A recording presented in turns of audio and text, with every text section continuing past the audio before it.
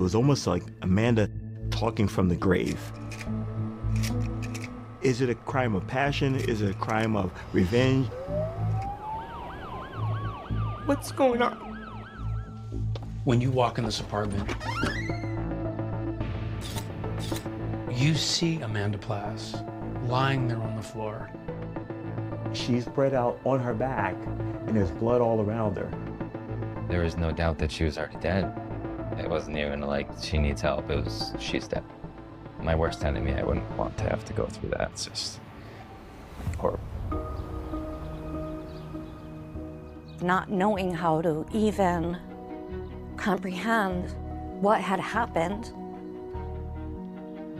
but then still knowing that, okay, I need to put my child to rest.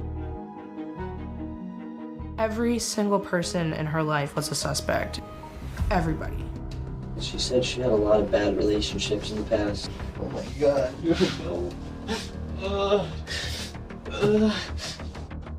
You know what? Mom ain't playing around no more. Somebody knew something.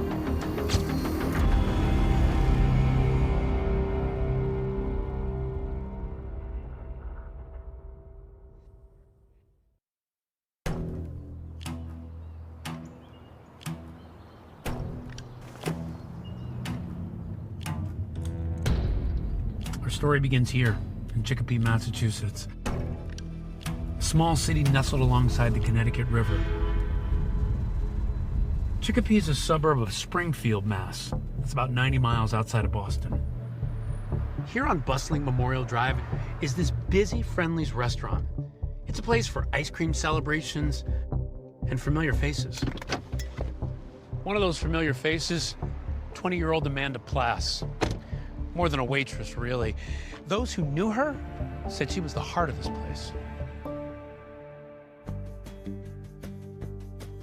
Amanda really connected with the customers there.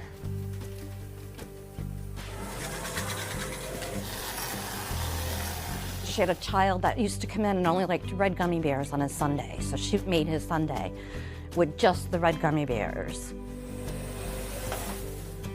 That's just how Amanda was. Everybody loved her. We would come here and we would ask for her because she just brightened our day. She was just a sweetheart.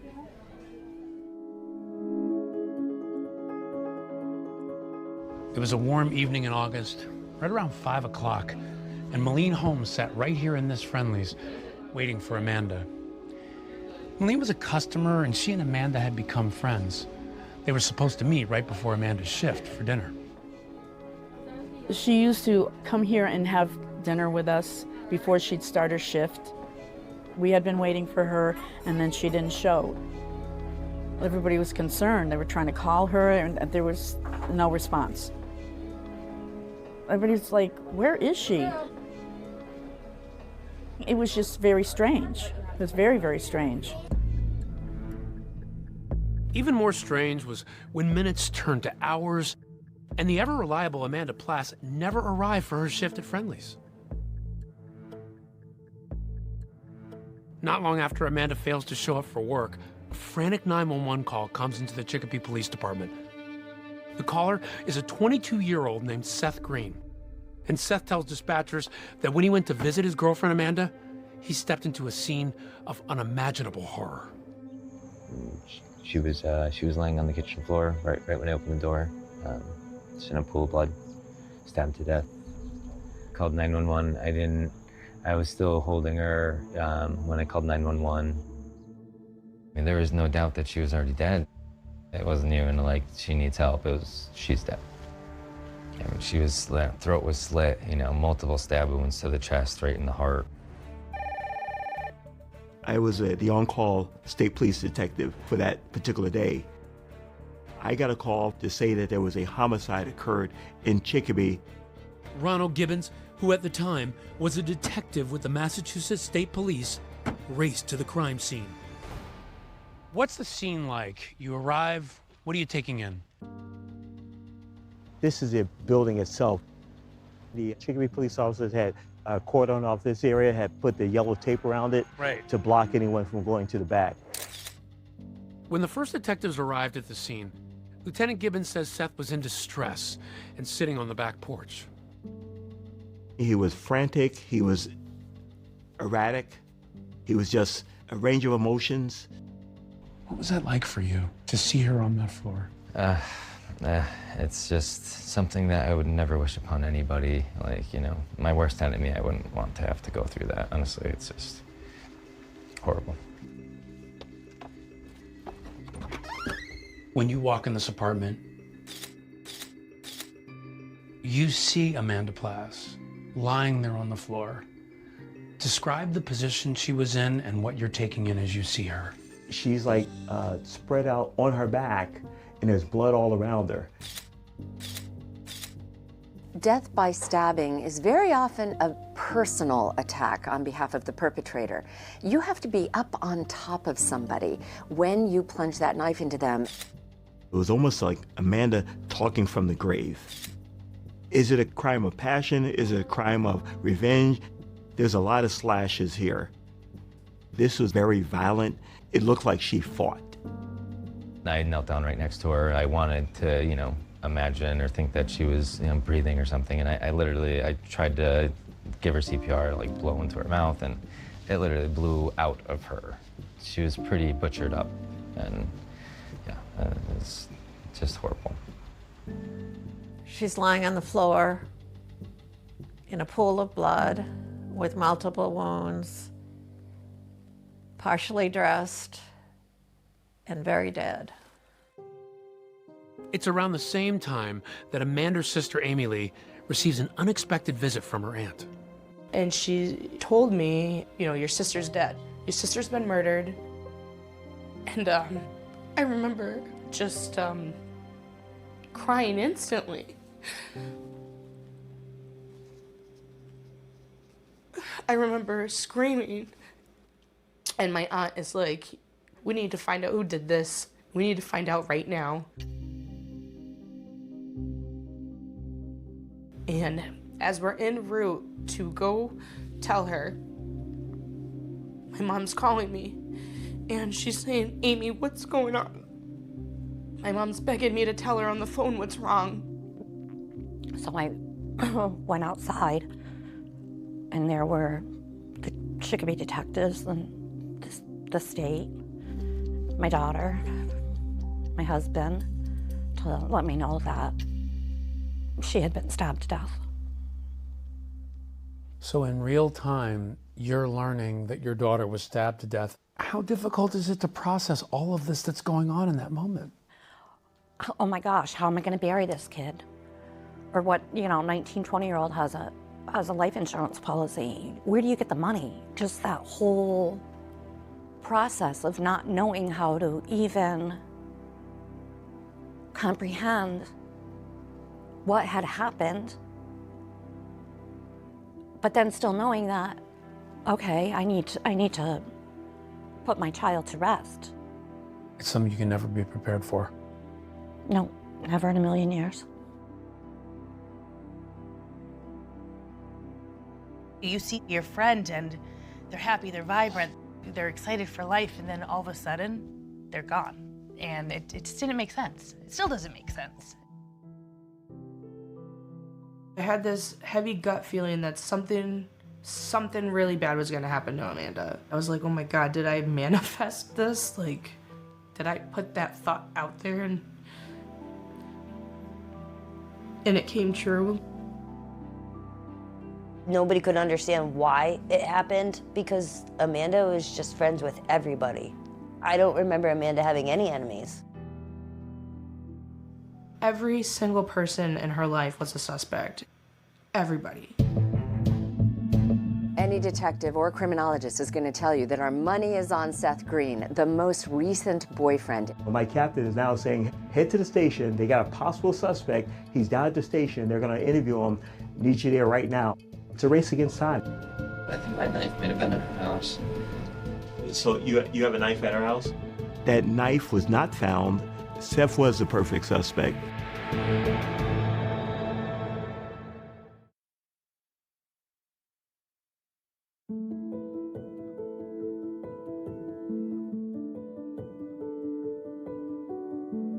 truly understand Amanda Plass, all you needed to do was look into her eyes.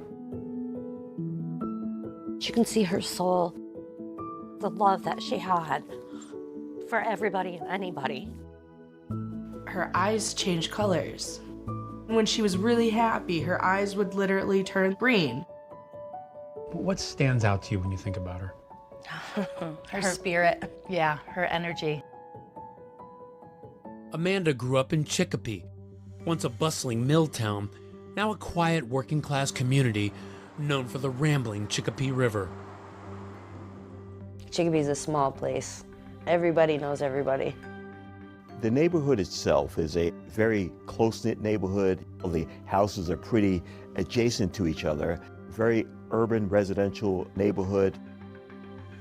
How often does it happen that you have a random murder? A lot of times you have a gang murder, and this was different because this is truly a victim in her own apartment, a young girl, 20 years old, brutally murdered. Amanda was the middle child, raised by her mom, Michelle.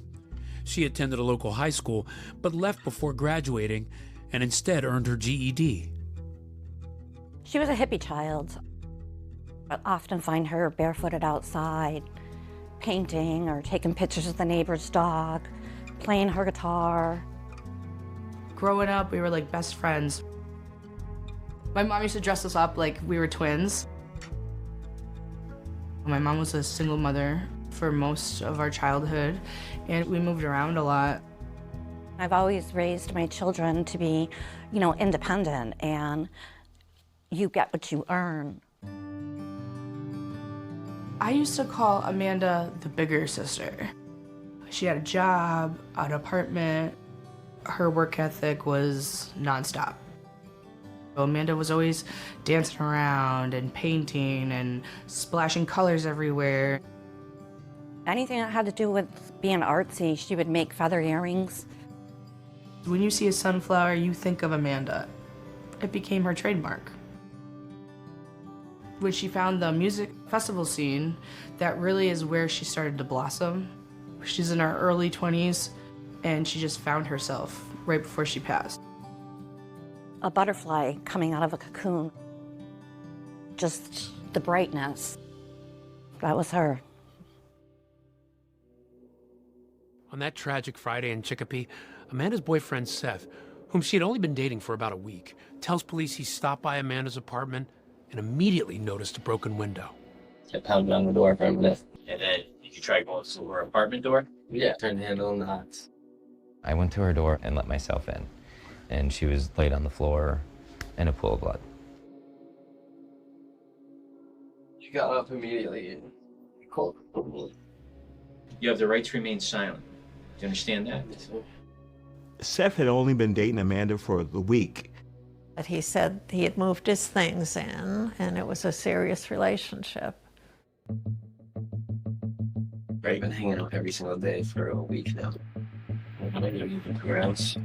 And the relationship was moving fast, right? Yeah, I was moving fast. She had that go-getter attitude and just a fun, caring person. What were you doing for a living at the time? I'm a carpenter, but roofing is where the money's at. So roofing was my main go-to usually for the construction field. Seth tells police he spent the night at Amanda's, left for work around 9 a.m., and returned to find her dead. He also tells investigators he was working on a roof that day and left the job site multiple times to purchase supplies. What time did you leave to get the materials? I had left like 3 times. It was later in the day. 3 to 4? Like 3 to 4. Seth says he and Amanda had kind of fallen into a routine. Every day after he finished working, Seth would drive Amanda to her job at Friendly's. However, the day she was murdered, Seth tells detectives that routine was broken because he had to work late. He was there every day that week to take her to work, but this is the one day that he had to work late. That kind of was suspicious to us. How important was Seth's timeline? His timeline is very important. He leaves the job site several times, and he's on his own. So where exactly did he go, or what exactly did he do? I texted her, I said, "Where are you?" She didn't answer. My first thought was like, oh, she stayed home. Maybe she couldn't find a ride. So you weren't like concerned or anything at that point? No, not at all. I drove her straight to her house, expecting to see her there, waiting for me, you know. Oh my God, you know. She deserves so much. You give it all to her. These range of emotions does not add up. He's rising to the occasion of being a suspect. The interrogators zone in immediately on the fact that Seth Green is a carpenter and a roofer. In other words, he uses sharp objects and utility knives all the time. Then comes a chilling detail that ratchets up the suspicion on Seth. He tells detectives the knife he used at work, a sharp M-Tech blade, has gone missing. But I think my knife might have been at her house. So you have a knife at her house? Yeah, I think it might be at her house. It might be in my car as well, I'm not sure. He was missing his M-Tech knife that he didn't take to work that day. That knife was not found. Seth was the perfect suspect. My girlfriend just got murdered and you're blaming me for it. Dude, are you kidding me? And now police want to know if a telltale piece of evidence left behind at the crime scene will implicate or exonerate Seth Green.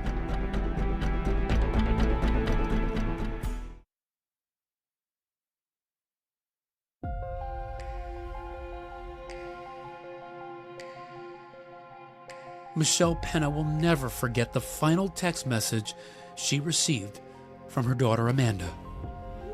She sent me a text and said, "Mom, can you give me a ride to work?" And I said, "I can't." And she said, okay, she'd find a ride. No one could have imagined that just hours later, 20-year-old Amanda Plass would be gone forever. Homicides happen all the time, but when it happens to you, I would have never thought that my sister was going to be murdered. What you stumbled upon when you went to Amanda's house, how does that compare to a lot of other homicides you've covered? In this particular case, there's droplets of blood all around the room, and that's indicative that this was a very, very brutal and harsh fight. Well, when we were finally able to get into her apartment, they had covered the floor with paper, so we didn't have to see all the blood. So when you're trying to clean out her apartment, as I'm walking across paper to cover my daughter's splattered blood, and then who do you ask to help? My theory is that the attacker came through the back door. When we found Amanda, she's actually in her work pants, her work clothes. There was no evidence of a sexual assault. She was found on the kitchen floor, and they do believe she was killed there. So not in a bedroom, not in the living room, and that suggests perhaps an element of surprise. She just didn't lay down and die. She actually fought back. And when she fought back, underneath her fingernails was possibly DNA, and we're gonna have to match this DNA to someone. The first person investigators test, Amanda's boyfriend, Seth Green. I'm gonna do a couple tests. We're just gonna swipe the inside of your cheek, okay? The interesting thing, we stepped out of the room, but we still observed him. And he'd cry a little bit and then just wonder why he was there. I can't believe that. So happy with her. What happened, baby? He had only been dating her for a week, and he was so caught up that this is the best thing that ever happened to his life. But detectives also receive information that points to someone other than Seth. Amanda had recently told her family that someone had been sneaking into her apartment. She said, my apartment got broken into again. And I said, well, what did they take? You need to call the police. And she says, no, Mom, all they took was a glass bowl, like a marijuana bowl. I said, well, you still need to call the police. And she said, no, what am I going to do? Tell them my pot got stolen? Amanda's friends say she suspected an unidentified male was watching her. She saw him peeking in her back window of her apartment. The window is actually broken, and we surmise that the person possibly had tried to make it look like a break-in. So on that same window, you end up with a palm print. If we can identify the palm print, we can also identify the person that would have been there that particular day. But among the most important piece of evidence found at the crime scene, a bloody sneaker print. That footprint showed a sneaker print in blood. You can actually see the Nike impression in that footprint. We had it measured, we had it analyzed. That was very important because it was a smaller shoe, maybe a female, maybe a male. We were looking for a Nike size 7.5 Air Max shoe.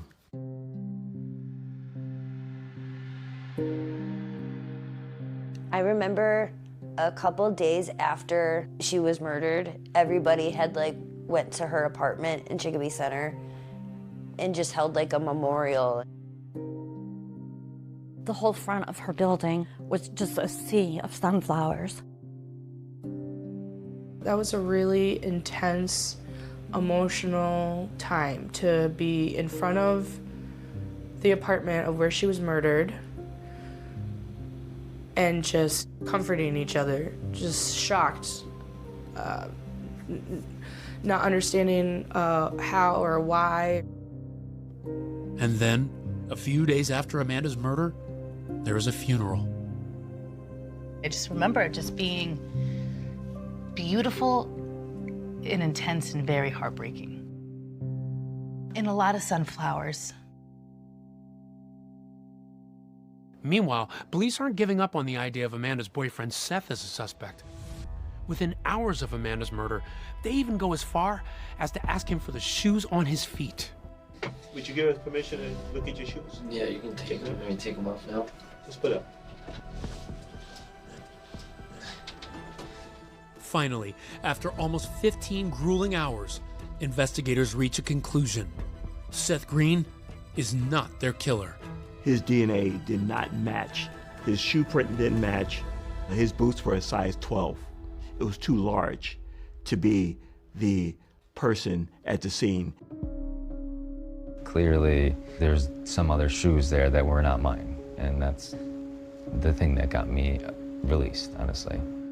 What did that moment feel like for you? Well, it's definitely a big relief, honestly. Yeah, when they were walking me out was definitely an moment, finally, like I told you guys a million times, it wasn't me. What is that like to go through that, to experience the loss and then to have to face that questioning? I mean, it's unbearable, honestly. It's like, I just called you guys, why are you, trying to blame me for this? I love this girl. Seth is officially cleared as a suspect and tells cops there's someone else they should be looking at. She said she had a lot of bad relationships in the past. Detectives also want to learn about an ex-boyfriend who was allegedly upset after seeing a public display of affection between Seth and Amanda at Friendly's. While she was working, he had showed up at work and they started making out. And detectives say that ex... For Jesse, yeah. I know that was, to be put in that spotlight and to have the whispers, I think that was really hard for him. With Jesse now fully cleared by authorities, investigators follow another lead. A mysterious vehicle that a witness says she saw speeding away from Amanda's apartment right around the time of the murder. So to us, it's like, wow, that's big. We're on the lookout for a white sedan. And a 911 call comes in that might just turn the entire case on its head. Plymouth Police Court of Line Dispatch, daily speeding. I'd like to call to turn myself in. And to know what you're turning yourself in for. A murder.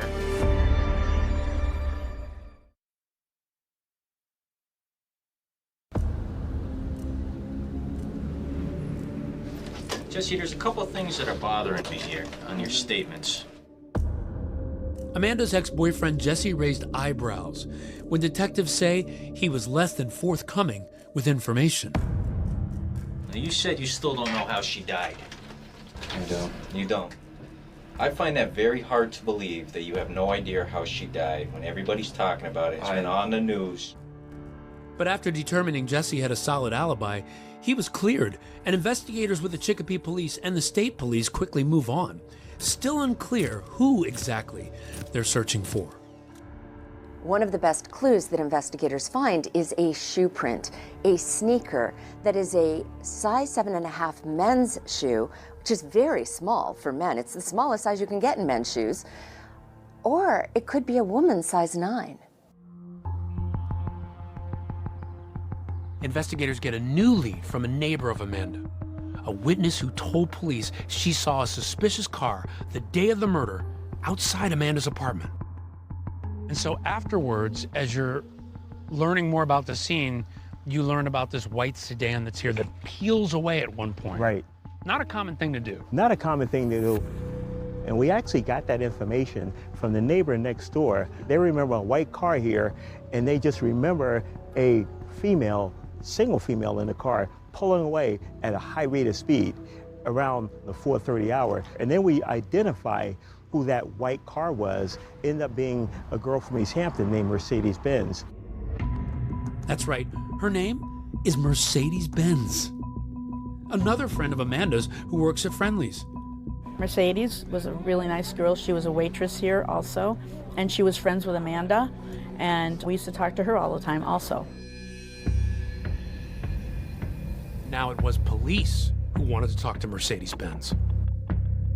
Mercedes tells detectives that Amanda had texted her earlier that day asking for a ride to work. She said it was a little after 5 p.m. when she arrived at Amanda's building. This is right around the time police believed Amanda was murdered. Mercedes said she called and texted Amanda to let her know that she'd arrived, but after waiting 5 or 6 minutes, she said she left. We talked to Mercedes Benz, and she says, well, the reason I had to leave was I had to go to Walmart. Does that add up for you? It doesn't add up, because her purpose of coming here all the way from East Hampton was to give a ride to Amanda to work, to Friendly's, which is basically 5 to 10 minutes down the road. So it doesn't make sense. If you pull up here to get her, why would you just leave without even going upstairs? But what seems like a promising lead fizzles out. That neighbor who saw Mercedes speed away confirms she never got out of her car. And police obtained surveillance footage from Walmart that backs up her timeline. That's her in the white sedan pulling into Walmart.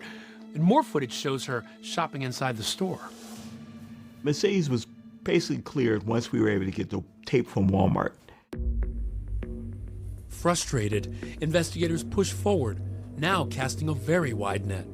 I mean, they were taking DNA from everybody and anybody. We made a point for the medical examiner to make fingernail clippings of her fingernails. On this particular case, it was entered in a database, and there was no convictions for a felony that would have matched it. With no matches to the DNA collected at the crime scene and no viable suspects, the case stalls.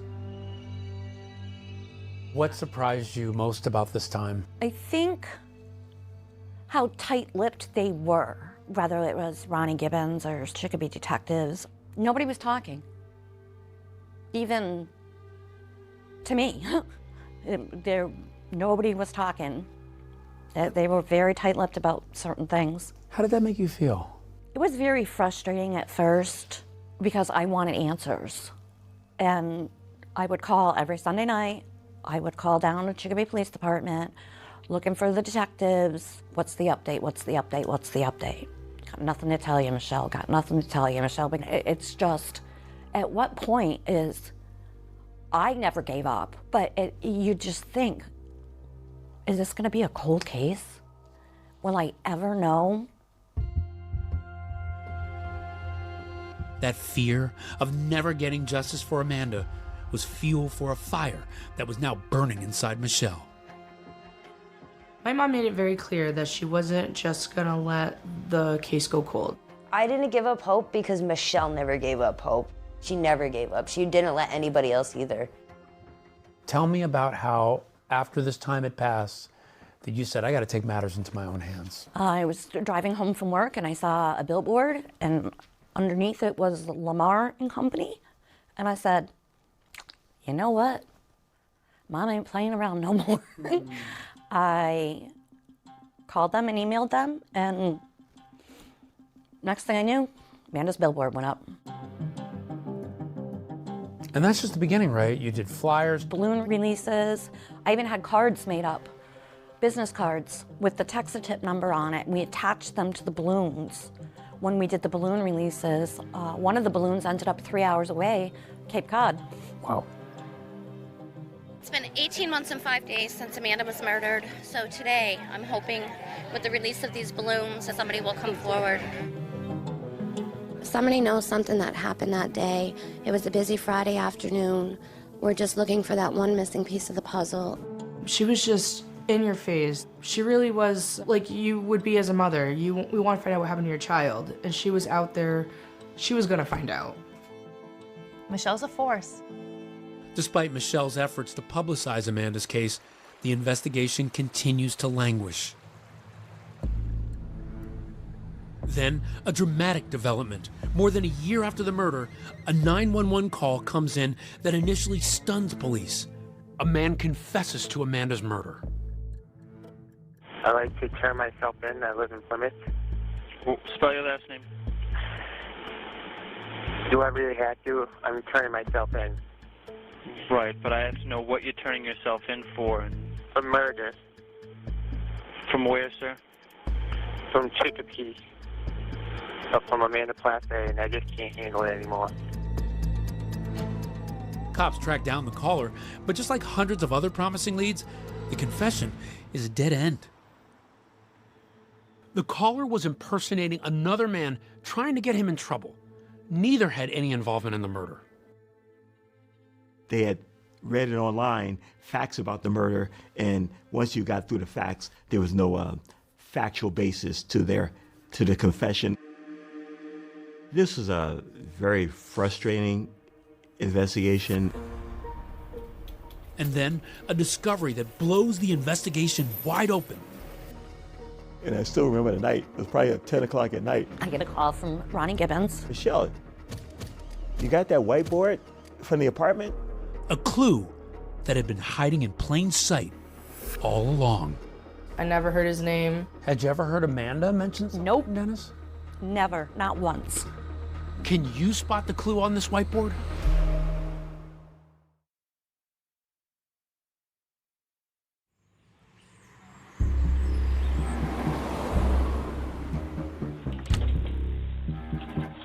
Where do you guys want me to start?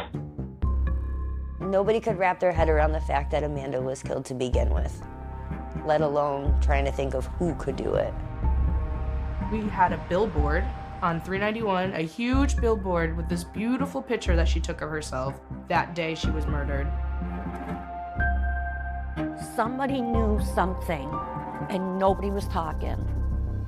I kept saying, there's no way that there's no DNA. There's just no way. There has to be something. There was a whiteboard way in the back. On the whiteboard, there was wording in it. Dennis was, W-A-Z, here. Who's Dennis? I got goosebumps right now.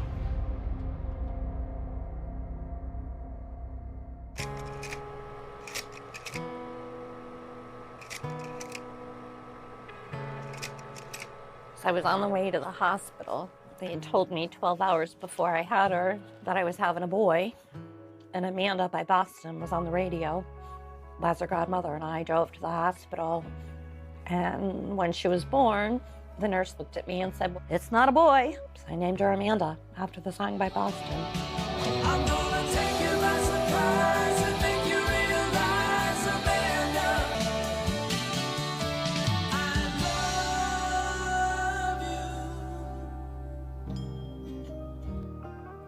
She was just always bubbly and fun, and she had this big curly hair, and she just, she was a light.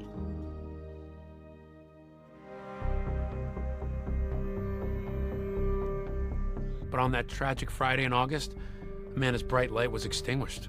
when she was found brutally murdered in her apartment. She was laying on the kitchen floor right when I opened the door. Just in a pool of blood, stabbed to death. I got the call to say that we have a homicide and respond to the scene. So I actually responded to the scene initially. People in the neighborhood were worried. Is someone gonna come to my door and kill me?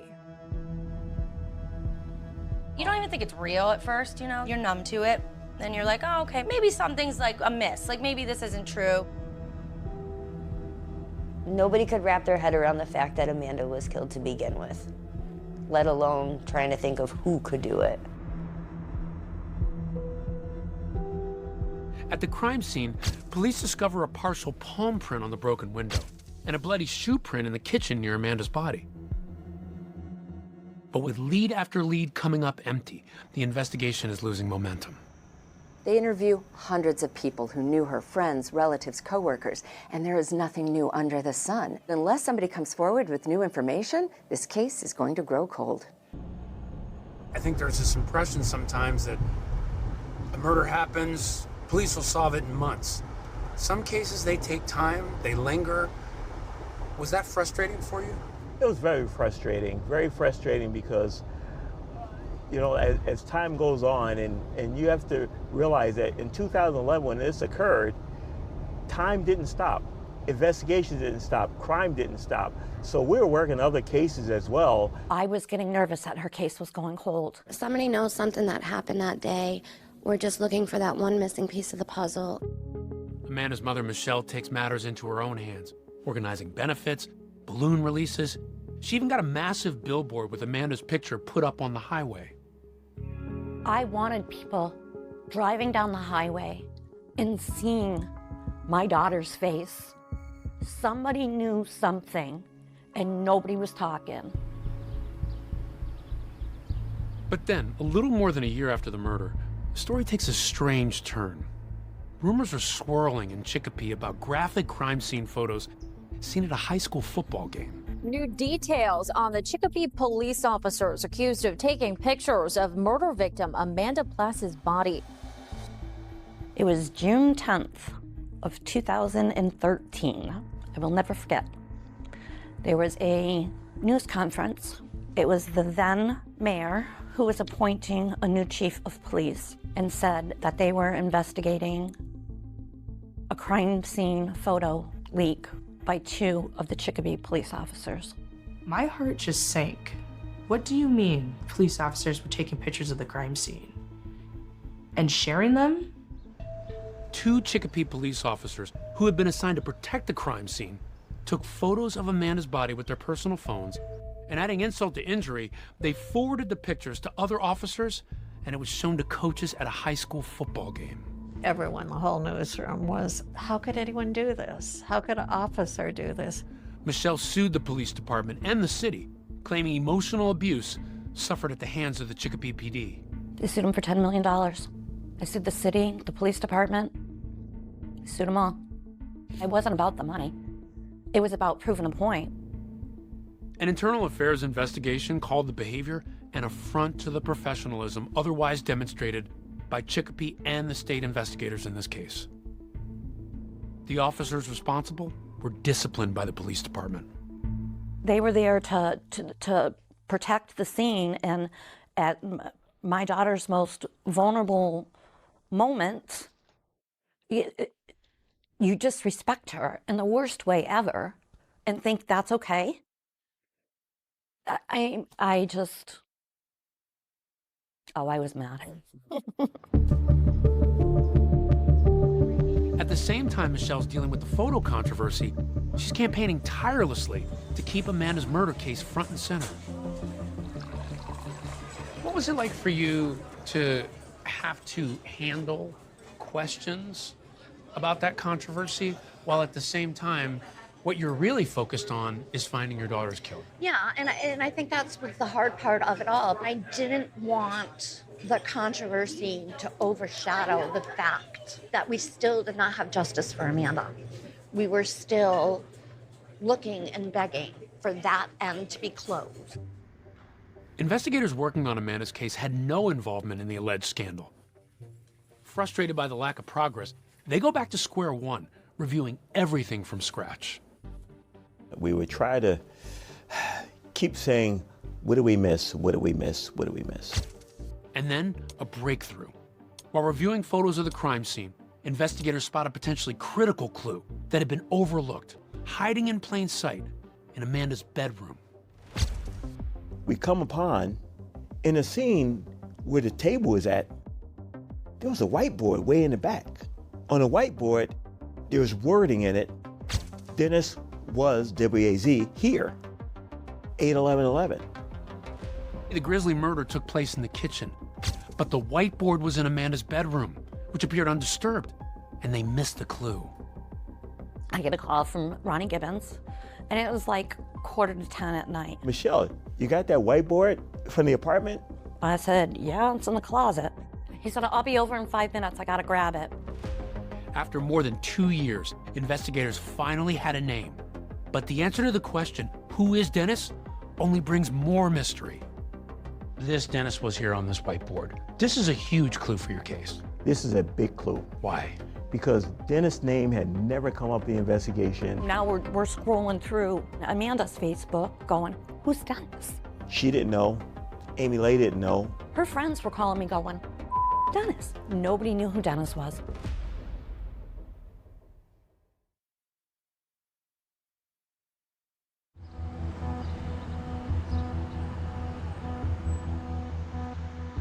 Amanda's friend Desiree said, through force of sheer will, you kept her name out there.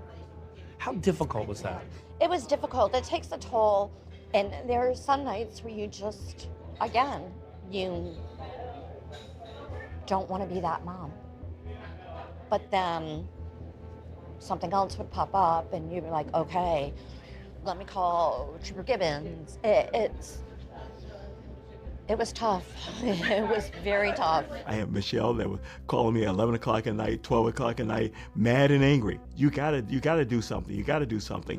There was never a time where Ronnie did not show up at my house without a smile on his face. The only side that I saw was the compassionate side, the side that said, I'm here to the end.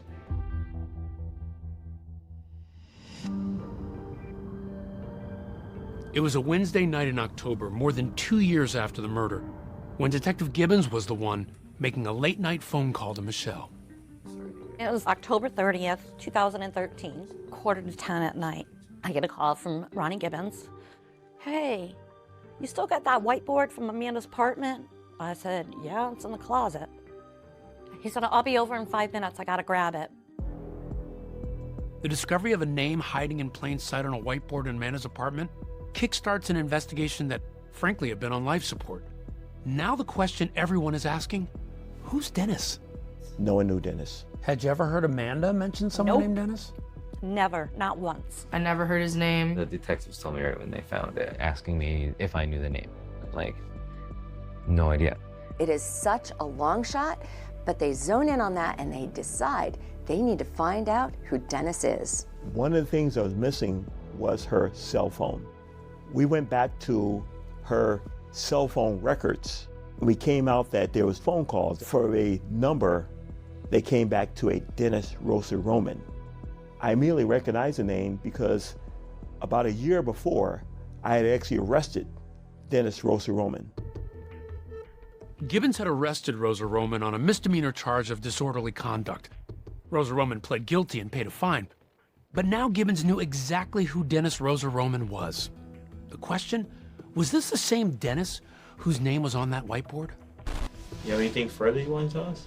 A possible answer could lie in one of the police interviews with Amanda's ex-boyfriend, Jesse. While Jesse was still dating Amanda, Amanda had told him that she thinks her apartment had been broken into while she was at work. She thought it was some kid that she had met and bought weed off of. Jesse described him as being shorter. Jesse's probably like 5'10", 6 feet. He's got to live like somewhere within like 2-second walk. I remember I used to see him walking around like that area all the time. Jesse said Amanda told him she had hung out with the person once before, but he had no idea where. Now Detective Gibbons is wondering if the man Jesse had been describing in that interview could have been Dennis Rosa Roman.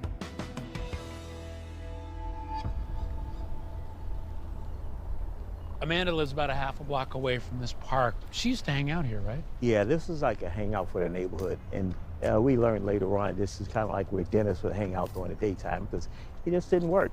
So they might have come across each other in this park just in passing in the neighborhood. Exactly, exactly. In the time since Amanda's murder, Dennis Rosa Roman had moved from Chicopee to nearby Westfield, Massachusetts. Gibbons decides to pay him a visit. So now we're headed to Westfield, Massachusetts. Why is that significant? That's very significant because once we found Dennis was here on the whiteboard and his number is on the phone, we want to locate Dennis. What's your expectation going there? What are you trying to achieve? The plan was to knock on his door and talk to him, just like we had talked to over 50 other people in the case, as well as to get his shoe size, as well as to get his DNA. I go to the apartment, ring the doorbell, no answer, and next thing you know, I see from a side alleyway that's between the building, Dennis come out. And what happens next? Beautiful timing. But here he is, he comes right around the corner. Just walking right to you. Walking right to us. So I stop him and then say, hey, Dennis, you got a moment? We want to talk to you about Chicopee. We want to talk about a girl named Amanda Plass. Yeah. His first thing is, he kind of chuckles. He says, oh, no, I don't go to Chicopee. It's too dangerous there. And I say, well, how about this girl Amanda Plass? And he says, oh, I don't know Amanda at all. So I know that from the phone records, yes, he does know Amanda Plass. In fact, Gibbons knew from those phone records that there were 9 calls between Dennis and Amanda. Dennis had called Amanda 5 times just a month before the murder. I said, hey, can we go to the police station? He said, no, I got something I got to do. I noticed him light up a cigarette, and he's smoking on a cigarette. And now I'm thinking, wow, maybe I can get DNA off this cigarette that he's smoking. Although Gibbons had arrested Rosa Roman a year prior, because he had never been convicted of a felony, his DNA was never entered into the national database. Gibbons says Rosa Roman didn't want to talk to him that day and began to walk away, but not before he tossed the cigarette he was smoking on the sidewalk. Meanwhile, I told my partners, go to my car, get a paper bag, give me some rubber gloves. Dennis sees that because he keeps looking back. My partners come back with rubber gloves, he sees me put them on, he sees that paper bag, he sees me reach down and put that inside that bag.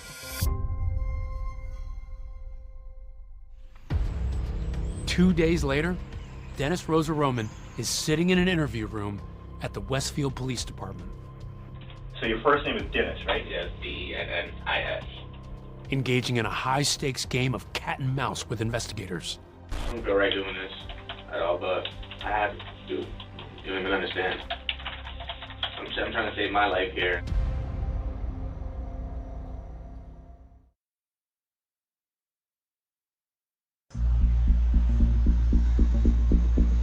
Outside his home, Dennis Rosa Roman appears to be acting cool and calm with detectives, until he sees them pick up his cigarette butt off the street. Clearly he's concerned, because not long after they leave, he calls Lieutenant Ronald Gibbons. After seeing me take that cigarette butt, he's now blowing my phone up. Hey, you and I got to talk. You say you really need to talk to today? Yeah, like seriously. Where do you guys want me to start? Where they want him to start when they meet with the cameras rolling is very simple. Does he know Amanda Plass? You knew her. I met her. I didn't know her that long, but I knew her of her. You know her first name? Amanda. How much before did you meet her that she passed? So like a week or two. Okay. 2 weeks the most. So you know her about a week or two before she got killed? Yeah. He didn't know Amanda at all. And then he comes around to say that, okay, I did know Amanda, but I would sell her weed. I met her by family dollar in Tedeschi and Chicopee. Okay. You know where that's at? So I seen her, she asked me if I could get some bud. How many times previously did you get weed for her? It's only been like 3 times. The most. You ever been to our apartment? Like up the stairs, and that's about it. I've never stepped in her house. I've never seen the inside of her house. As Dennis is talking, he notices detectives checking out his sneakers. Like my shoes? Yeah, Nikes. Air Maxes. What he wears into the station that particular day is this black Air Max shoe.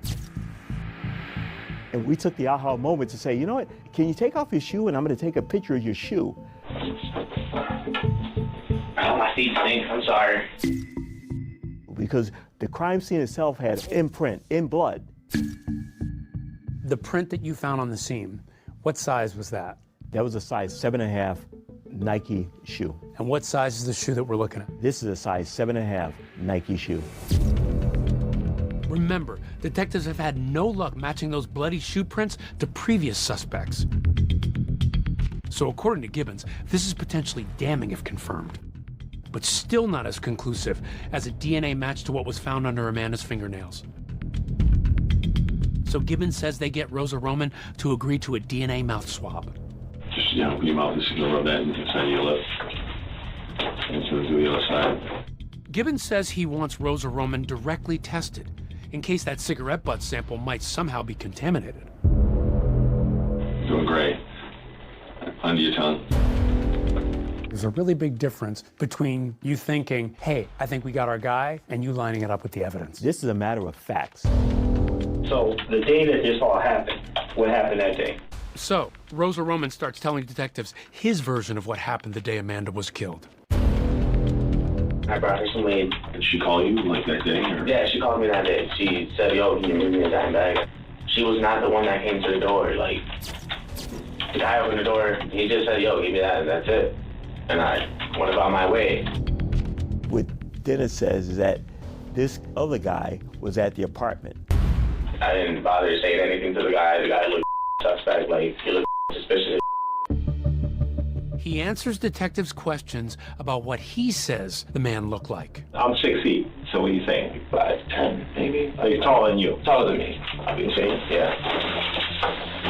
He has, like, dirty blondish hair. Would you say white? Yeah, he's white. Say he weighed, like, about 170, 190 the most.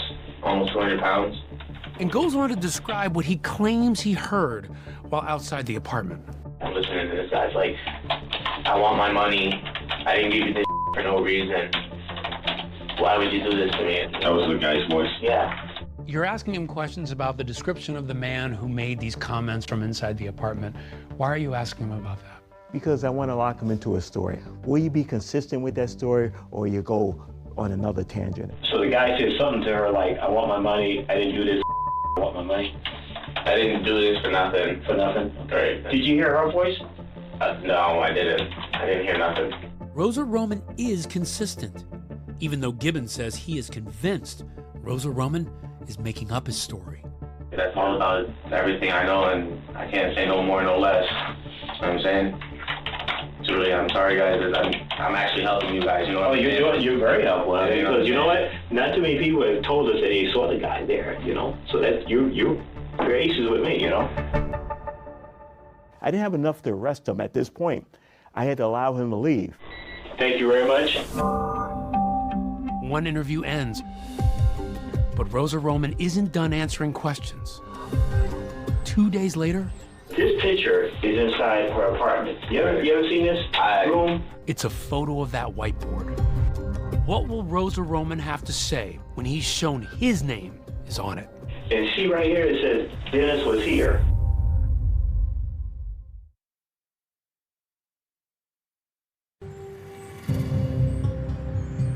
Dennis, thank you very much for coming in. Fine, dude. And you've been very cooperative with us, and we appreciate that. Dennis Rosa Roman agrees to another interview. I wish I knew more to help you guys. Repeating the story detectives say they don't believe, that he never entered Amanda Plass's apartment the day of her murder after he claims some man answered her door. I gotta give her some weed. It's like, well, she's busy right now. And I give it to him, he shuts the door dumb hard in my face, and that's it. It's like, okay, this guy's mad, and I'm about to leave, like, and I left. You know what I'm saying? But Rosa Roman says that was long enough for the man to recognize him. I feel like this guy's just gonna run into me one day and just like try to say something to me or hurt me or something, and that's when I'm gonna peel my ass to the police station. Like, yeah, is that because he saw you that day? And like, this guy knows what I look like. But what Rosa Roman doesn't know is that Gibbons is expecting critical evidence to the case to come back at any moment. The results from his DNA swab. You were asking about this picture, right? Yeah. I want to see. So before that happens, Gibbons confronts Rosa Roman for the first time about that all-important whiteboard where it says, Dennis was here. This picture is inside her apartment. You ever seen this room? First time I'm seeing it. We said, first time I'm seeing it. And then, well, how about this? This whiteboard that's in the back room. And see right here, it says, Dennis was here. Oh, yeah, I do remember that. I wrote my name on that. You wrote your name on that? Yeah. I remember that. I wrote my name on that. So he's admitting to you that that's his name on the whiteboard. You've told me all this time you've never been in an apartment, and now I got you in there. So you signed Dennis was here, right? You didn't put the date. No, I didn't. Okay. I don't even know why that's there. I don't. Yeah. But you remember this dry erase board? Yeah, I do remember. Where was the dry erase board? That was in the back of, the door right when you come in. Yeah. It was right there, and As he is confronted with the evidence, he shapeshifts. He manages to keep changing his story to try to ameliorate the facts in front of him. There are certain kind of people who can make up things on the fly and change their narrative based on the clues that are being given to them. You say you never been inside her place. Well, I have been in her house, but like, I just don't want people to like look at me like if I'm a murderer. So now this is the first time that he actually puts himself in the apartment. But you went in the apartment. How many other times have you been inside the apartment? Twice. 2 times, that's it. And what were they for? To bring her weed and smoke the bowl and sign this. So the room that you were in were that back room, the kitchen, and the back room. That's about it. The back room was where the whiteboard was. So what are you putting together at this point? I'm putting together at this point that he, in fact, had not only been in that back room, he'd also been in the kitchen at some point where the crime occurred. Remember, Amanda had told friends she suspected someone had broken into her apartment, and Dennis says she had asked him about that. You said that Amanda approached you about somebody breaking into her place? Yeah. She asked me, like, yo, somebody came into my house. Do you guys know? And I was like, well, I really don't know. Like, I don't know what to tell you. Now Gibbons suspects that someone was Rosa Roman. Then, a few minutes later, a huge development. The detectives get called to leave the interrogation room. Give me 1 second. How much longer is this going to take? 5 minutes. All right.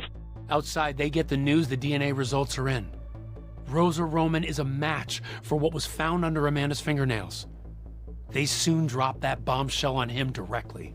The DNA that was found under her fingernails connects you to her. You know what? It doesn't just get there. Dennis is now thinking in his mind, how do I get out of this? And what he tells them next totally flips the story on its head. He now claims he tried to save Amanda. I know the murderer, and I tried to save her life. What's he trying to do here? He's trying to create a situation of why we have his DNA, why his DNA is possibly on her. He's casting himself almost as the hero in this. Yes, he is. Well, why don't you tell us everything that happened in the apartment? I know the murderer. That's all I know. I can't give you no more. I'm sorry. That's you said he tried. I want a lawyer. But I want a lawyer. Okay. Gibbons says asking for a lawyer stops the interrogation room recording immediately. So you don't see the scuffle that he says breaks out when detectives handcuff Rosa Roman and place him under arrest. You don't have to be aggressive with me, dude. You didn't have to be that aggressive. And then they have him booked. He's charged with first-degree murder. This is over 2 years after Amanda was killed. They tell you, we are making an arrest. Yep. What did you think? Finally. Finally. You know, you always wonder why. Why? Dennis, though, is admitting nothing. What are you guys trying to do, pin me for this murder, too? My DNA may be on her body, my DNA may be at the house, but you guys really don't know what went down. But after he's transported from the Westfield Police Department to Chicopee, he's about to explain. He demanded to speak to myself and Watson again. So he didn't come to the door. You actually went inside. I went inside. I barged in. Was the door open? The door was unlocked. As Rosa Roman tells them the newest version of his story, he now claims when he hears the commotion inside Amanda's apartment, he rushes in and fights the man he says was trying to kill her. What do you see when you get to the kitchen? I see the guy on top of her. When you say he was on top of her, where was she at? She was on the floor.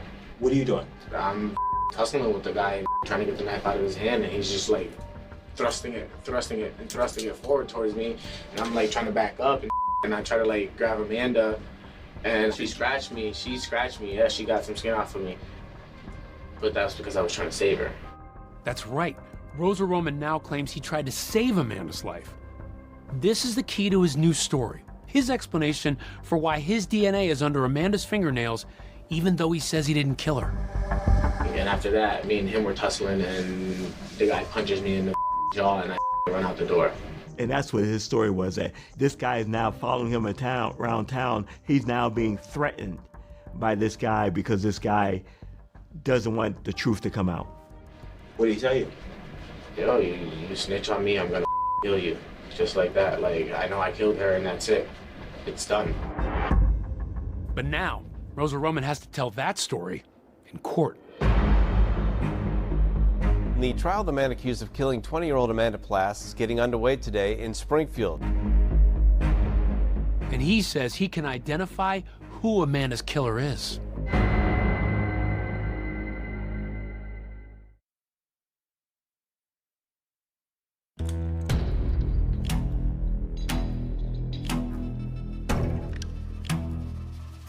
Amanda Plass's parents sat hand in hand with Justice for Amanda bracelets on as they waited for the murder trial of their 20-year-old daughter to begin.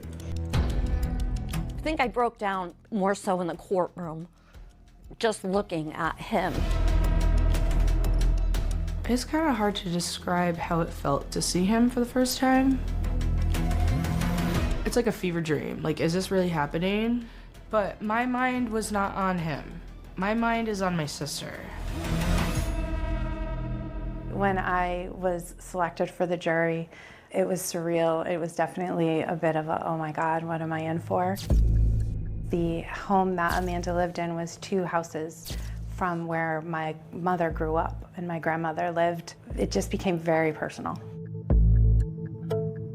The evidence in this case will show that on Friday, August 26, 2011, Amanda Plass was brutally murdered in her home. Miss Plass was getting ready to go to work when the defendant came into her apartment while she was getting ready and stabbed her 6 times. Prosecutors lay out their case against Dennis Rosa Roman. There are the bloody footprints in his shoe size, his palm print on the broken window, and his DNA under Amanda's fingernails. They argue that Dennis, and only Dennis, committed this crime. 1 set of bloody footprints. 1 major male DNA profile underneath both her right hand and left hand fingernails. 1 killer, 1 defendant. They literally took us from A to B to C to D. They laid out every single piece of evidence. They correlated every piece of evidence to him. In addition to the physical evidence, prosecutors also used Dennis's own words against him. And she right here, it says, Dennis was here. Oh yeah, I do remember that. I wrote my name on that. Each time he's confronted with evidence, he changes his story to fit the evidence. I think it was important for them to see the 3 interviews because it showed Dennis as agreeing to some of the facts, denying some of the facts, and then coming around and changing his stories repeatedly. But while the prosecution says the evidence proves Dennis's guilt, the defense argues that it isn't what it seems. He was in her apartment when Amanda Plass was killed. He did not do it, but he knows the guy who did it. The last story he told was that he was there with another man and he saw the other man kill Amanda, but he will never give the name because he was afraid the killer would kill his family. And he tells you how many times he's afraid for himself, he's afraid for his family. Charge me, I'm not giving up his name. My name pops up, meaning if they capture him, if my name pops up, he's gonna kill me. Dennis's version of events kept changing over those 3 police interviews. In his final one, Dennis had a new detail for detectives, that the alleged killer was none other than his own drug dealer. Your dealer went to her house? Yeah. Your dealer? My dealer. The 2 of you walk in the house together? Yeah. He had said he was there because he had given Amanda pot and she had not paid. So he said that the drug dealer killed Amanda and he saw it. I'm like, yo, why are you doing this? I'm gonna get you your money. And I try to grab her and she like grabs my arm and he's just keep going and going and going and going. What do you mean he's going and going? He's stabbing her? Keep continuously stabbing her and she just collapsed on the floor after I separated her. Think she was dead? I know she was dead. I was just thinking to myself, like, how do I get myself out of this? The defense strategy was basically that the police should look further. They continually brought up other people to say, well, it could have been them, or it was them, or it was this, or just to try to have a sense of doubt.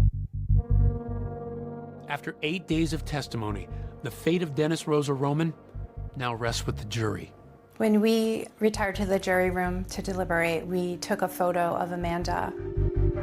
It was a close-up of her face with her smile, and we hung that in the jury room just so we could remember why we were there and what this was all about.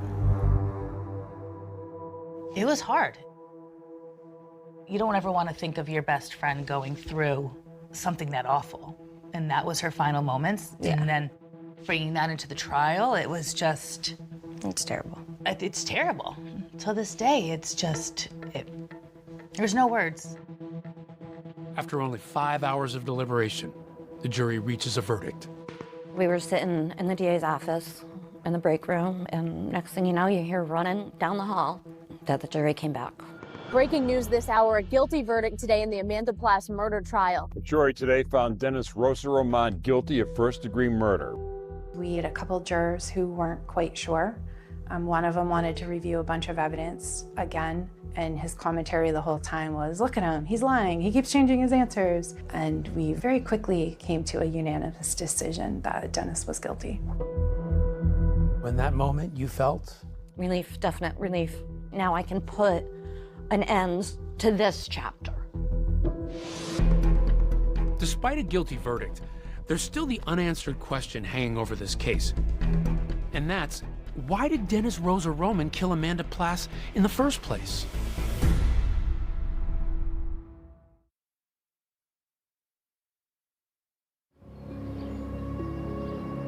Dennis Rosa Roman has been found guilty of the murder of Amanda Plass. But the one mystery that still remains is motive. I don't know why. There's only one person who knows why. And he never spoke, so that's definitely the hardest of it. There wasn't a bad bone in that child's body. She never did anything wrong to anybody. Lieutenant Gibbons has developed his own theory as to why he believes Dennis Rosa Roman murdered Amanda. He says he learned during the investigation that there was a bag of marijuana inside Amanda's apartment left behind by someone else. Gibbons says investigators were never able to find that bag and suspects Dennis broke in looking to steal it. Dennis is a low-level dealer in the neighborhood. My theory is that he wanted to steal that weed that was in the apartment, and Amanda was a victim of circumstances that she happened to be there when he arrived. Before Rosa Roman is sentenced, Amanda's mother, surrounded by family, tearfully addresses the court. On August 26, 2011, my world was forever changed. My pain does not end here. but my healing begins. I think at that point, it was finally my time to tell him, you took something precious from this world, and I hope you never see the light of day again. There is no amount of time that will ever bring Amanda back. I would like to ask the court to hand out the highest sentence possible of life without parole. It's the justice Michelle Pena has spent more than 5 years fighting for. Court has hereby sentenced you to the Massachusetts Correctional Institution in Cedar Junction for the term of your natural life without the possibility of parole. As you look at him and you see that he's getting life without parole, what emotions are going through you at that time? It was a relief knowing that we were finally at another closing point. Did you feel like justice had been served? No, justice will never be served because she's dead and he's not. As for those officers who snapped those photos of Amanda's body at her most vulnerable moment, the mayor of Chicopee released a written apology. Michelle also reached a resolution in the lawsuit she filed. Plass's family sued the city of Chicopee and the police department. The lawsuit was settled for $110,000. Michelle continued her fight and helped pass Amanda's Law. The bill bans first responders from taking and sharing unauthorized pictures of crime victims. For an officer to want, in that moment, to take a picture of a scene like that, it makes my stomach turn. My mom wanted to make it known that you're never doing that again. Today, Michelle keeps Amanda's memory alive by sharing her story with college students. This is about the path that I have taken, the path that has helped me to my healing process. I want people to know that the grief never goes away, but dealing with it or trying to deal with it or put a Band-Aid on it enough to get you through every day is what you have to do. Thank you again. Thank you so much. Oh, these are great. That's her and Brandon. Brandon is my son. See just how the happiness on his face and her big smile. I have always said that Amanda passing kind of saved my life because I knew that I wanted to make her proud. She really helped me become the woman who I am today. She was just a very kind person and wanted to help the world be better, and that's just something I hope everyone can try to do, you know. Do you feel like she's with you now? Oh, absolutely. All the time. If you could have one more minute with her, one more second to say something to her, what would you say? What she always said and what she always did. Keep your face to the sun and never look back at your shadows, just like her precious sunflowers.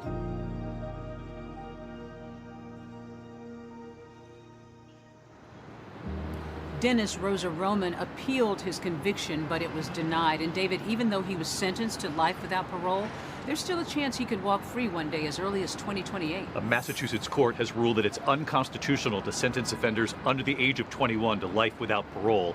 Rosa Roman was 20 at the time of Amanda's murder. Her family tells 2020 they plan to fight this new ruling.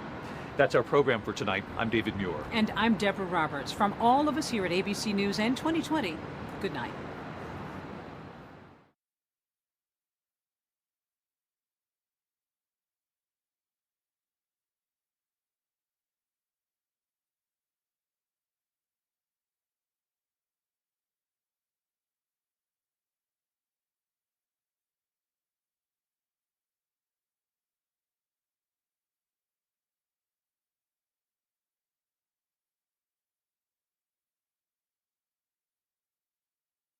were stacked in a crude circle. Cole pointed to the rocks and asked Fuentes Flores if they were the ones he had. Described. Fuentes Flores looked over, fell to his knees, and began to weep, confirming the location. Upon approaching the site, investigators discovered a grim scene. The local wildlife had heavily disturbed the remains. A human skull was visible along, with a partial leg bone and several vertebrae scattered nearby. The recovery was a somber and emotionally draining process for the detectives. The cruelty of the crime was emphasized by the realization that Fuentes Flores had not even afforded his victim the dignity of a shallow grave, simply covering her body with a light layer of brush and a few rocks in a remote wilderness. Following the recovery, Fuentes Flores made a bizarre request to the detectives, asking them to speak to his young daughter and explain that he had made a huge mistake. It was a final, desperate attempt to preserve some shred of his paternal identity, even as he was being escorted to a cell he would never leave. In January of the year 2022, the case was set for trial. Although Fuentes Flores had confessed, his defense team mounted a vigorous effort to suppress the recorded interrogation. They argued that because Fuentes Flores was a native Spanish speaker, his constitutional rights had been violated. Because the Miranda warnings had not been administered in Spanish.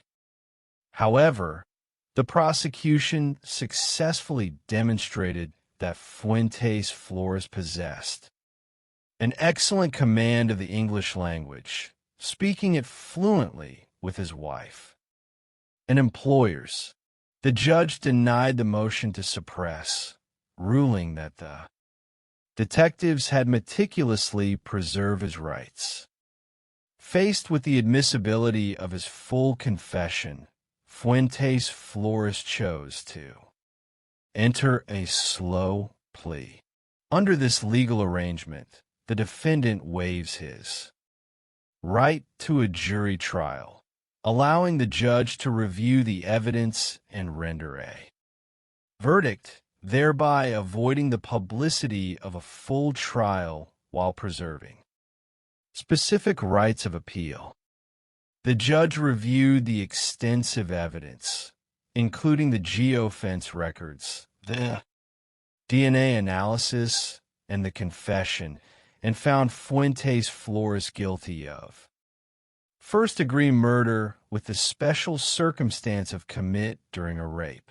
He was sentenced to life in prison without the possibility of parole. For Amanda and the community of Paso Robles, the conviction brought a measure of justice, though not closure. Nancy Woodrum, a woman who had survived the loss of her husband and 2 children, a woman of deep faith and boundless generosity, had her life senselessly stolen by a man she had treated with kindness. Her legacy, however, continues to live on through her daughter and granddaughter, who continue the equestrian traditions she loved, riding her beloved horse. Montana through the valleys of the Central Coast. Chapter 8. The Elevation of Ambition. If the tragedy of Nancy Woodrum represents a crime of sudden, predatory violence, hidden behind the mask of a quiet laborer, the second case in our study represents a far more insidious psychological phenomenon, the domestic predator. In this narrative, the facade was not built of wood and paint, but of words, public appearances, and the exploitation of familial grief. The setting shifts to Summit County, Utah, an affluent mountainous region home to the ski resorts of Park City. It is an area of vast wealth where successful professionals construct sprawling mountain estates.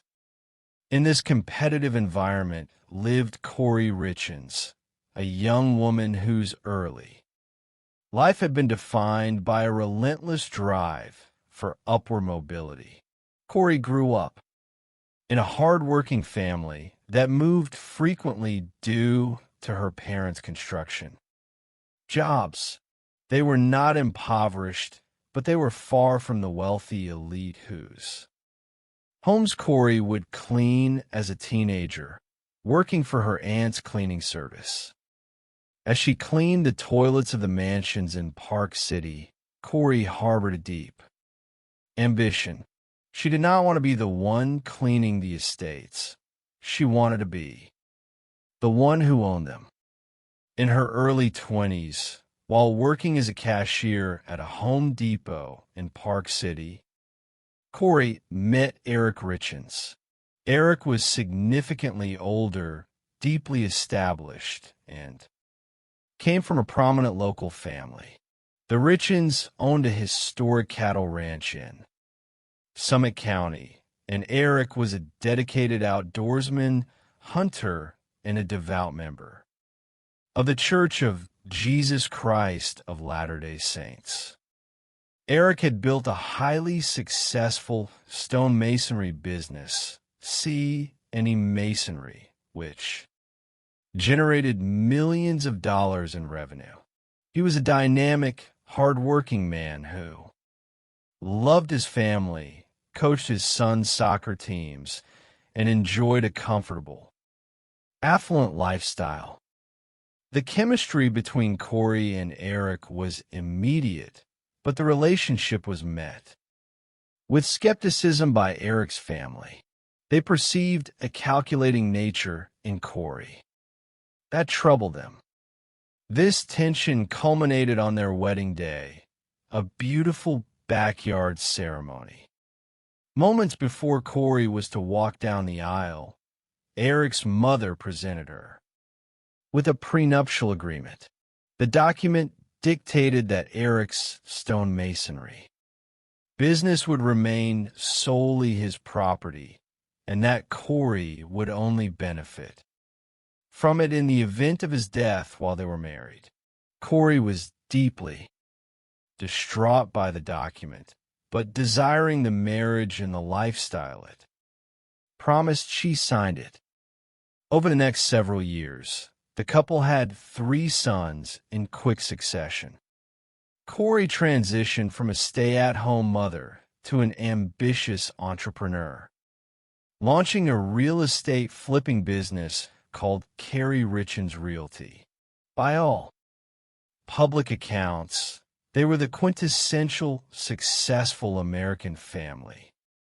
Handsome, wealthy, active in their community, and raising 3 beautiful boys. However, beneath this golden veneer, a catastrophic financial storm was brewing. Corey's ambition had outpaced her financial reality. She began acquiring numerous properties simultaneously, taking on massive debt through high-risk, short-term, hard money loans. Her most ambitious project was the acquisition of a massive, unfinished estate in Midway, Utah, valued at nearly $3 million. Corey envisioned transforming the mansion into a luxurious event space for weddings, a project that would require millions of dollars in additional renovations. To fund her escalating debts, Corey began engaging in unauthorized financial transactions.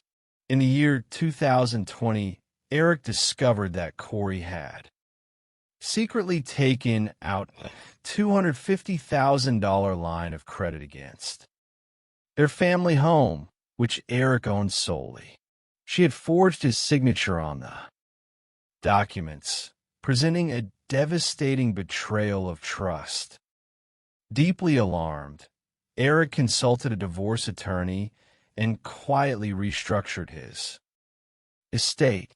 He established a private trust, naming his sister, Katie, as the trustee and executor, and designating his 3 sons as the sole beneficiaries of his estate, effectively cutting Corey out of his personal wealth. Despite these measures, Eric chose not to separate from Corey, opting instead for marital counseling in an effort to keep the family together for their children. It was a decision that would prove fatal.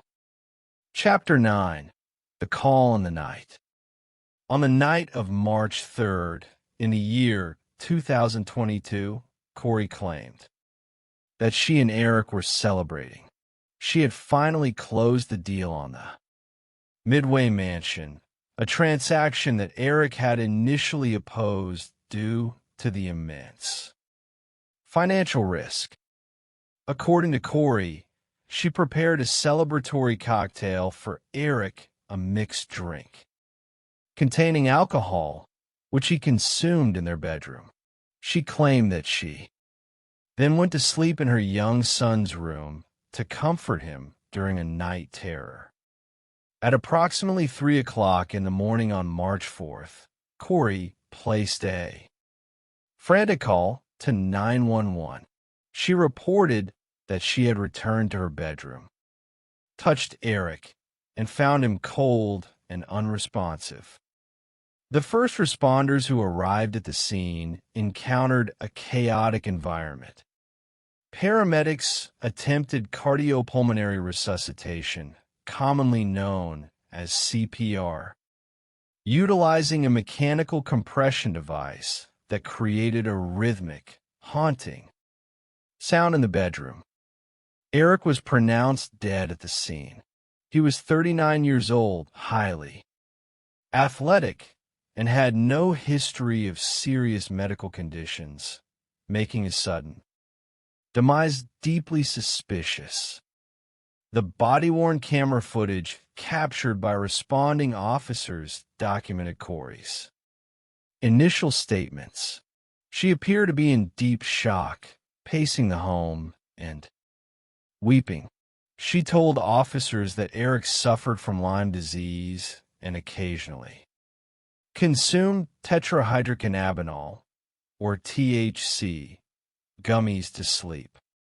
She also suggested that he received weekly allergy shots, hinting that he may have suffered a severe allergic reaction.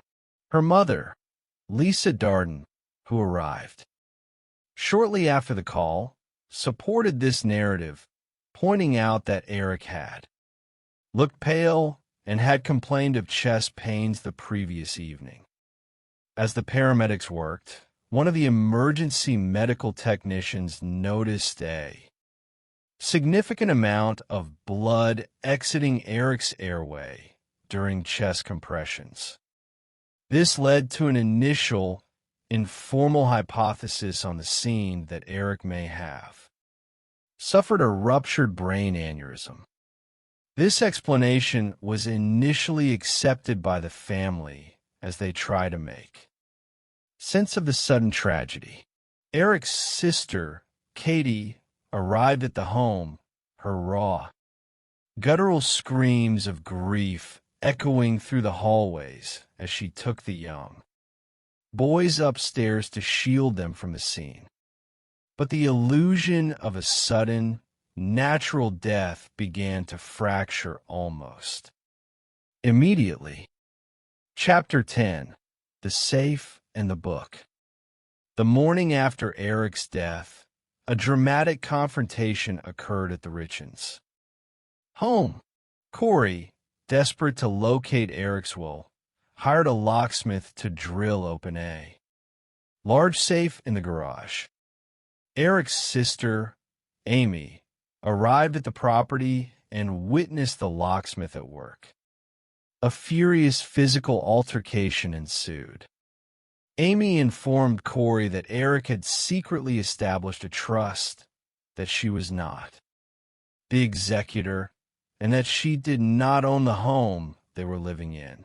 Corey, in a rage, allegedly assaulted Amy, punching her in the face and neck, an incident that resulted in Corey's arrest and a subsequent conviction for assault.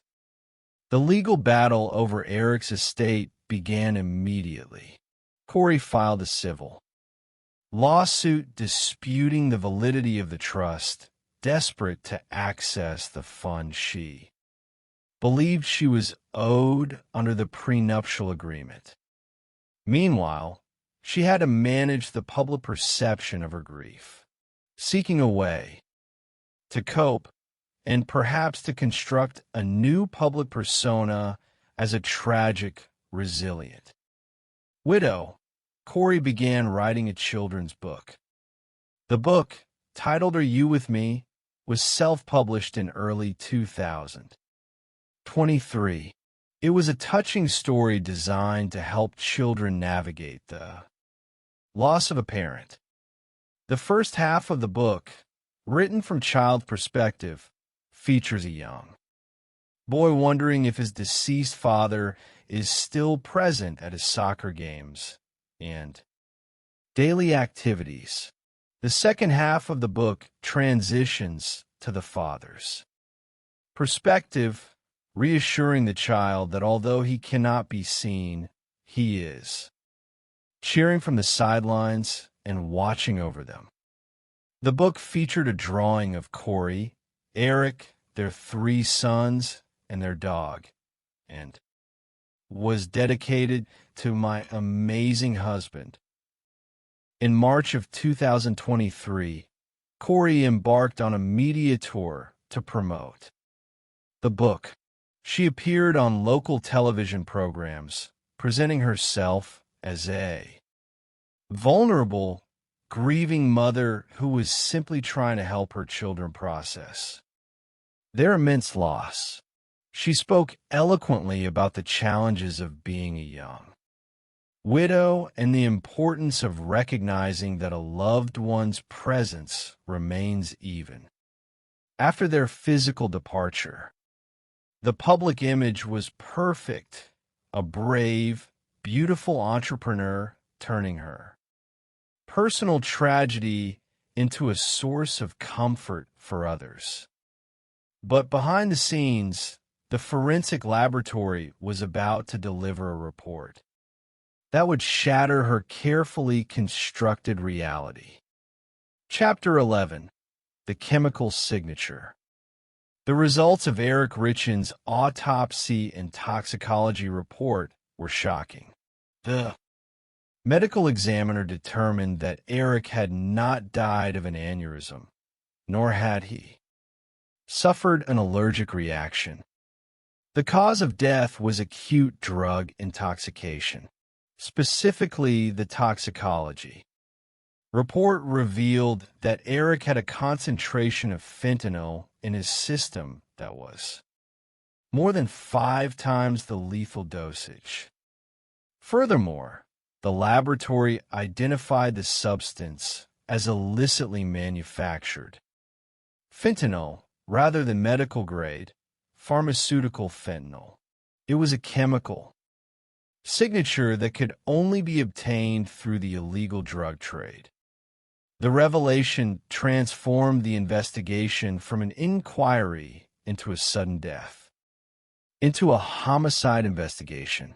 Detectives from the Summit County Sheriff's Office secured a search warrant to seize Corey's electronic devices and search the home for illicit substances. When questioned about the toxicology results, Corey expressed complete shock, asserting that Eric did not use illegal drugs. She even contacted the chief medical examiner directly, asking detailed questions about the stomach contents and the specific chemical variants of fentanyl found in his system, attempting to project the image of an active, concerned seeker of truth. However, Eric's family was not surprised. They immediately voiced their suspicions to law enforcement, revealing a history of mysterious illnesses that Eric had suffered in the years leading up to his death.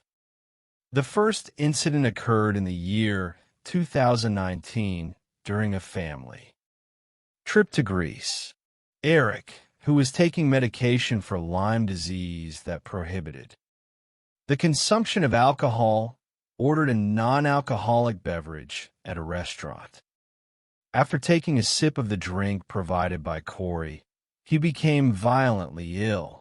He called his sister Katie from his hotel room, expressing a terrifying belief. I think Corey just tried to poison me. A far more specific incident occurred on Valentine's Day in the year 2022, less than 3 weeks before Eric's death. Corey ordered a breakfast sandwich from a local establishment, a toasted bagel with bacon, egg, cheese, and avocado. She picked up the sandwich and left it for Eric with a loving note. After taking a single bite of the sandwich, Eric began to suffer a severe anaphylactic reaction.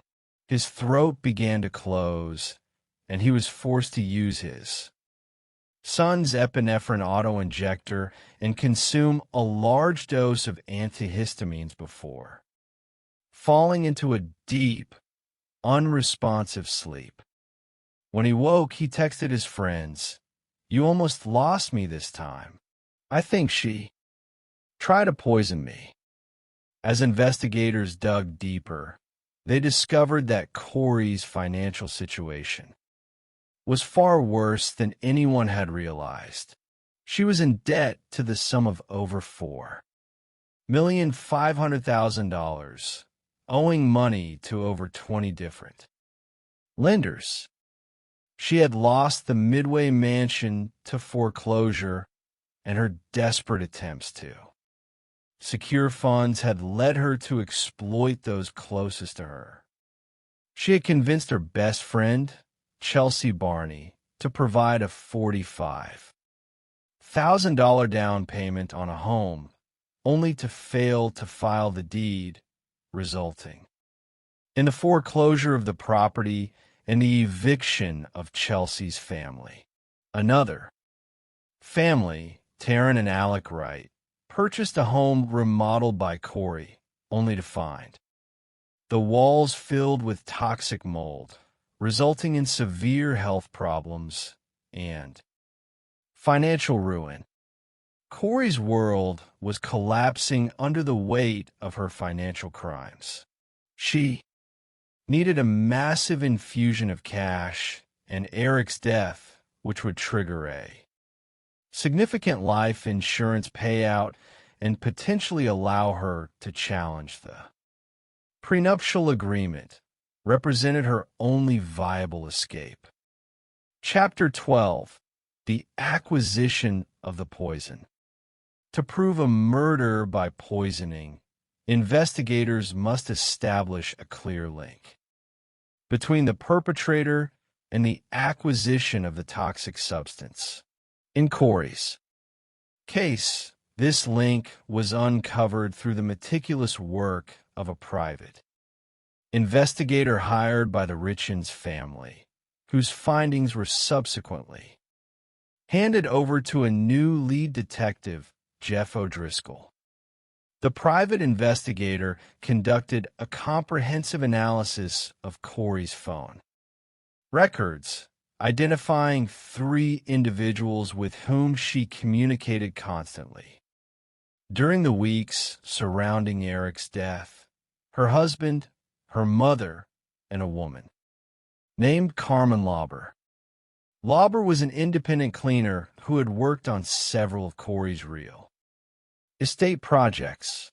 She was also a woman with an extensive history of drug-related offenses. Detective O'Driscoll recognized Lauber as a critical vulnerability in Corey's defense. He initiated a search of Lauber's trash, discovering drug paraphernalia that constituted a violation of her probation. Armed with a search warrant, detectives entered Lauber's home.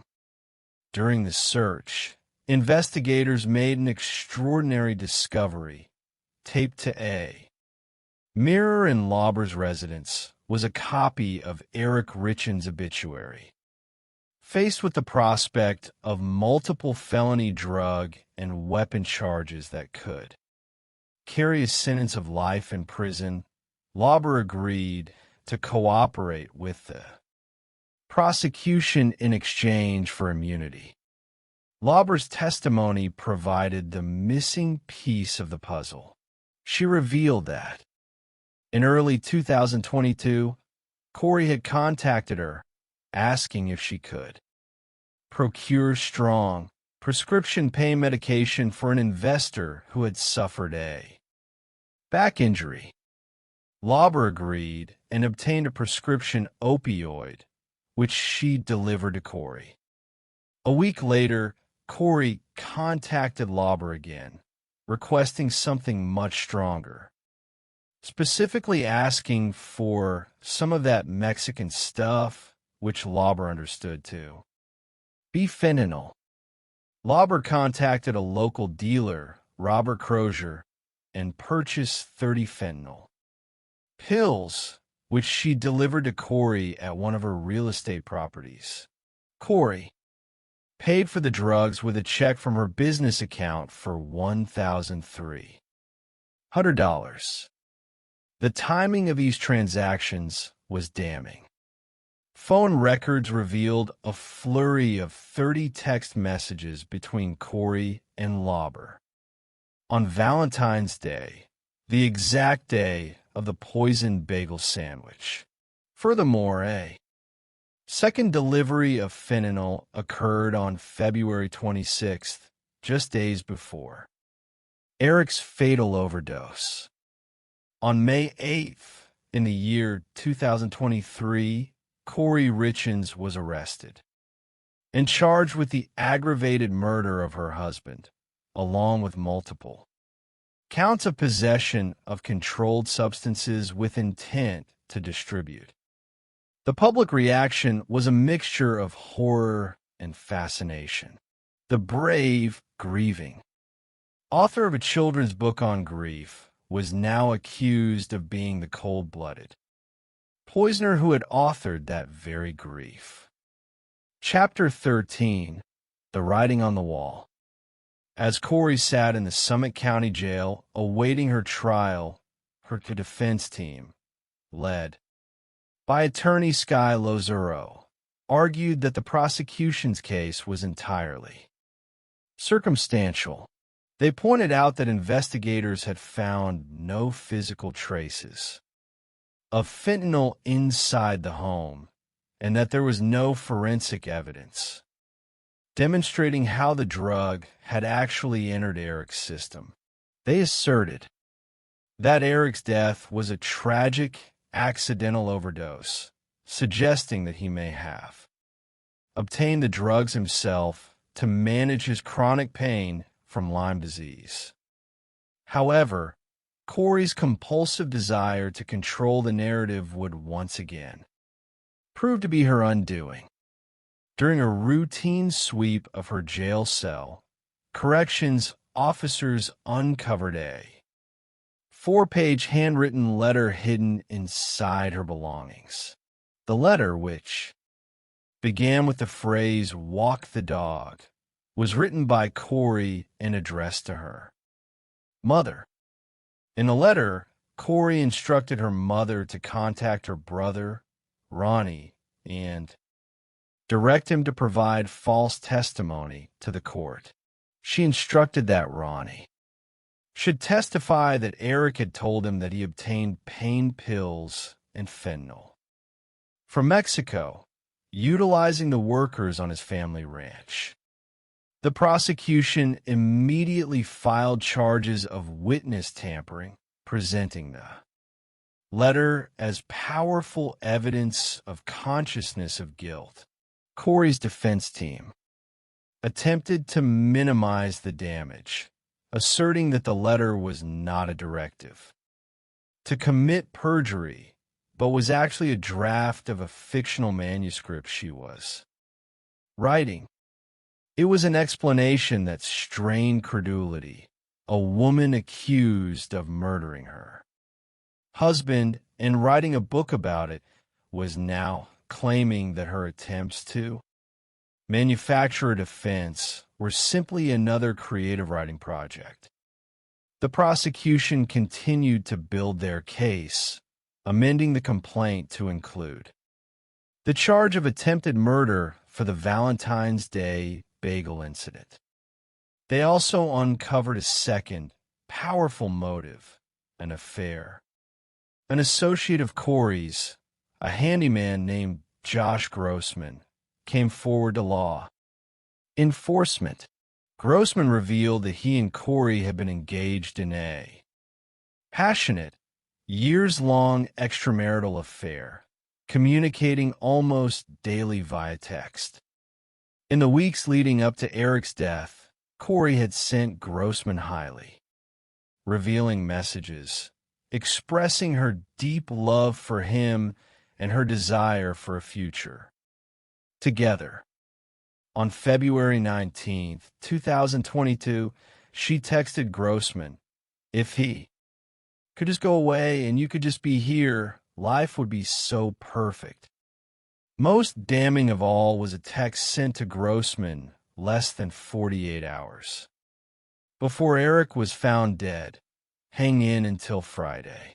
Life is going to be different, I promise. Chapter 14, The Judgment of the Eight. In the spring of 2024, Corey's legal representation underwent a significant change. Her defense attorney, Sky Lozaro, withdrew from the case due to a conflict of interest and was replaced by experienced public defenders Kathy Nestor and Wendy Lewis. The defense team prepared for a long, arduous trial, expecting the prosecution to present a complex web of financial and digital evidence. The trial commenced in a small courthouse nestled in the mountains of Utah. Due to specific legal provisions, the case was presented to a jury of 8 individuals, 6 men and 2 women. Among them was Laura, who was selected as the jury foreperson. Laura, like many of the jurors, had entering the courtroom with very little knowledge of the case, committed to rendering a fair and impartial verdict based solely on the evidence presented. The prosecution's opening statement, delivered by Brad Bloodworth, was a devastating synthesis of motive and opportunity. He laid out the millions of dollars in debt, the secret loans, the forged signatures, the illicit affair, and the desperate search for a financial escape. He painted a picture of a woman who was chronically unhappy in her marriage and willing to destroy her husband to secure a fresh start. The defense countered by focusing on the lack of direct physical evidence.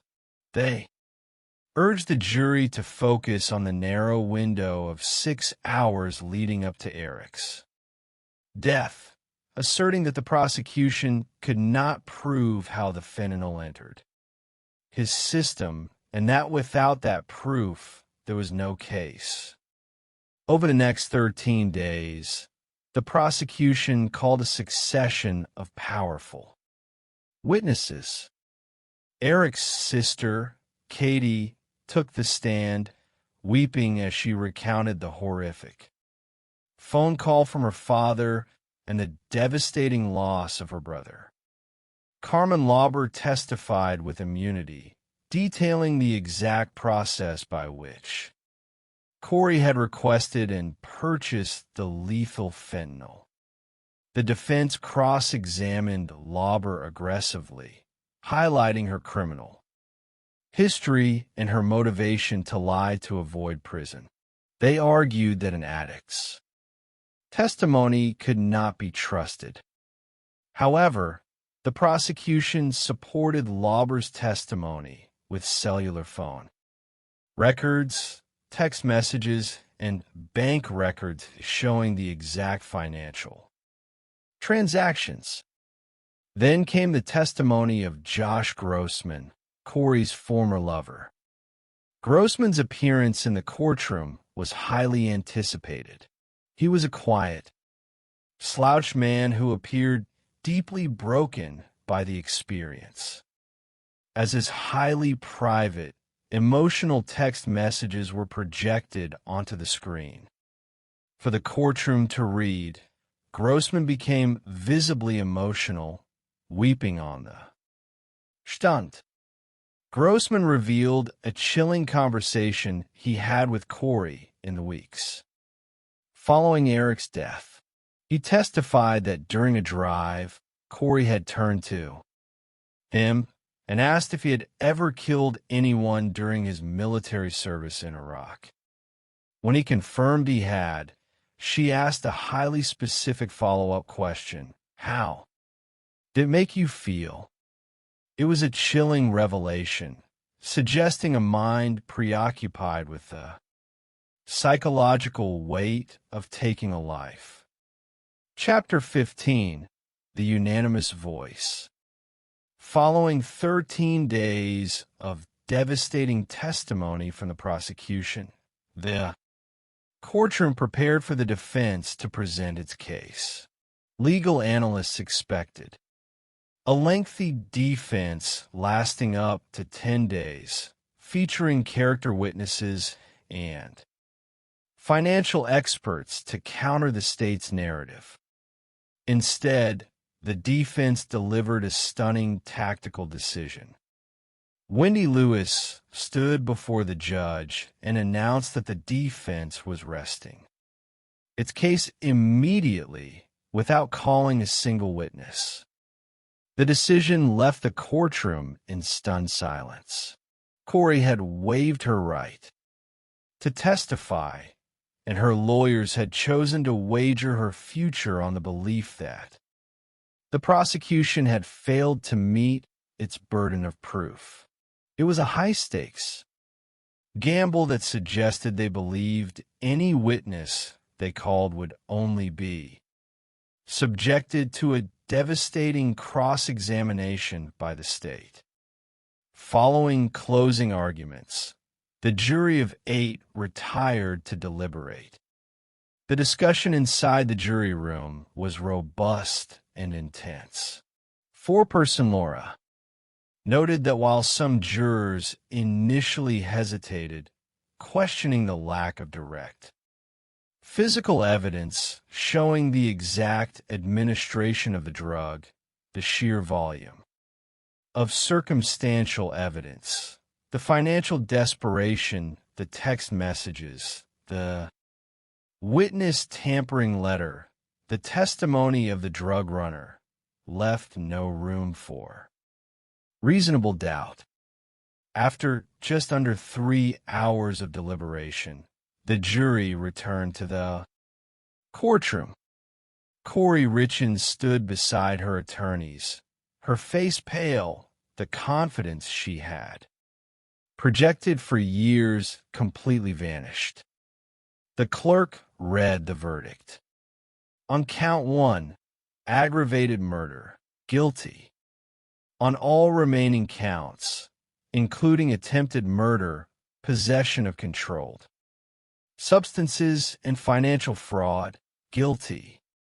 The verdict was met with tears of relief from the Richins family, who embraced outside the courthouse, declaring that justice for Eric had finally been served. For Corey's supporters, the verdict was a devastating blow, but the evidence had proven overwhelming. Chapter 16, The True Cost of Deception. When we compare these two extraordinary investigations, we are presented with a profound study in criminal psychology and the nature of human deception. In the case of Carlo Fuentes Flores, the predator was an outsider who utilized his access to a property and a false sense of familiarity to commit a crime of sudden, horrific violence. His deception was passive. He simply relied on his reputation as a quiet, polite craftsman to deflect suspicion. His unraveling was achieved through the relentless application of modern technology, specifically Google geofencing, which stripped away his anonymity and placed his cellular device at the exact coordinates of his crime. In the case of Corey Richins, the predator was an intimate insider, a spouse who utilized the sacred trust of marriage to slowly and methodically destroy her husband. Her deception was active, creative, and remarkably bold. She did not merely hide her crime. She celebrated her status as a grieving widow, writing a book to profit from the tragedy she had personally authored. Her unraveling was achieved through a combination of financial forensics, phone records, and her own written words, both her text messages to her lover and a witness tampering letter recovered from her jail cell.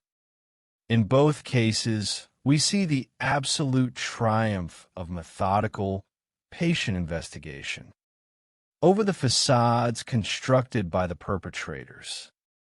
The San Luis Obispo County Sheriff's Office and the Summit County Sheriff's Office demonstrated exceptional commitment to seeking justice for Nancy Woodrum and Eric Richins, refusing to be swayed by initial appearances or the passage of time. The true tragedy of these cases lies in the wreckage left behind. Nancy Woodrum, a woman of deep faith and extraordinary resilience, was denied the quiet retirement she had worked so hard to achieve. Eric Richins, a dedicated father who lived for his 3 sons, had his life stolen by the person who had promised to love and protect him. His 3 young boys, who were once the subject of a beautifully illustrated children's book on grief, must now grow up with the realization that their father is gone and that their mother is serving a life sentence for his murder. They have since been adopted by Eric's sister, surrounded by the love and support of a family that fought tirelessly for the truth. As we reflect on these narratives, we are reminded that justice is not merely a legal concept. It is a profound human necessity. It is the process by which a community restores balance after a devastating transgression, stripping away the beautiful veneers of paint and words to reveal the truth, honoring the memory of those we have lost, and ensuring that the triumph of good over evil remains a foundational reality of our society. The human mind is a complex landscape capable of projecting beautiful facades of warmth, productivity, and normalcy while harboring dark undercurrents of greed, entitlement, and violence. In the study of criminal psychology, we frequently observe that the most profound tragedies do not occur in shadows of the underworld, but rather in the quiet corners of respectable communities. 2 distinct cases, separated by geography but linked by the dark threads of deception, illustrate how modern investigative techniques and deep psychological analysis can dismantle these facades to deliver justice for those who can no longer speak for themselves. The first of these narratives unfolds in the scenic, rolling hills of Paso Robles, California, a place known for its oak trees, vineyards, and tranquil beauty. The second takes us to the snow-dusted, high-altitude grandeur of Summit County, Utah, where wealthy retreats hide the desperate financial and emotional struggles of a marriage built on thin ice. In both instances, the victims were beloved individuals whose lives were cut short by people they trusted or had welcomed into their spaces. Through the meticulous work of law enforcement and the relentless march of forensic science, the truth in both cases was eventually laid bare. In the quiet countryside of Paso Robles, down El Faro Road, sat a secluded vacation property known as Paradise Ranch. The property was owned by Nancy Woodrum, a 62-year-old woman who was widely regarded as a pillar of her community. She operated a popular hair salon downtown called The Strand, where her warmth, generosity, and open heart endeared her to clients and friends alike.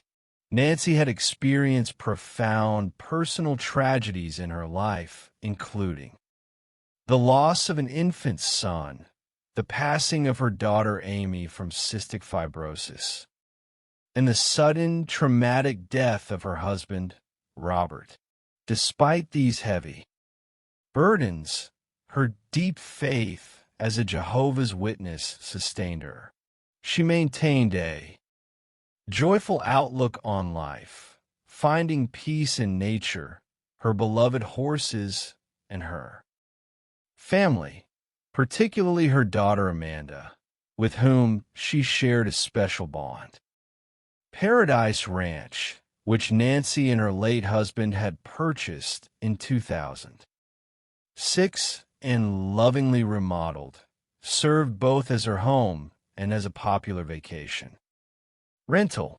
On Friday, the 4th of May, 2018, a large wedding party consisting of more than 20 guests checked into the main Victorian house and the adjacent guest cottage. The atmosphere was festive and filled with anticipation for the upcoming ceremony at a local winery.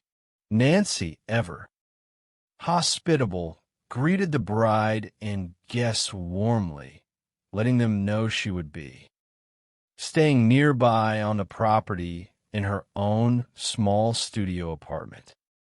The celebration proceeded as planned, but beneath the surface of this joyous weekend, an unthinkable crime was about to disturb the peace of Paradise Ranch.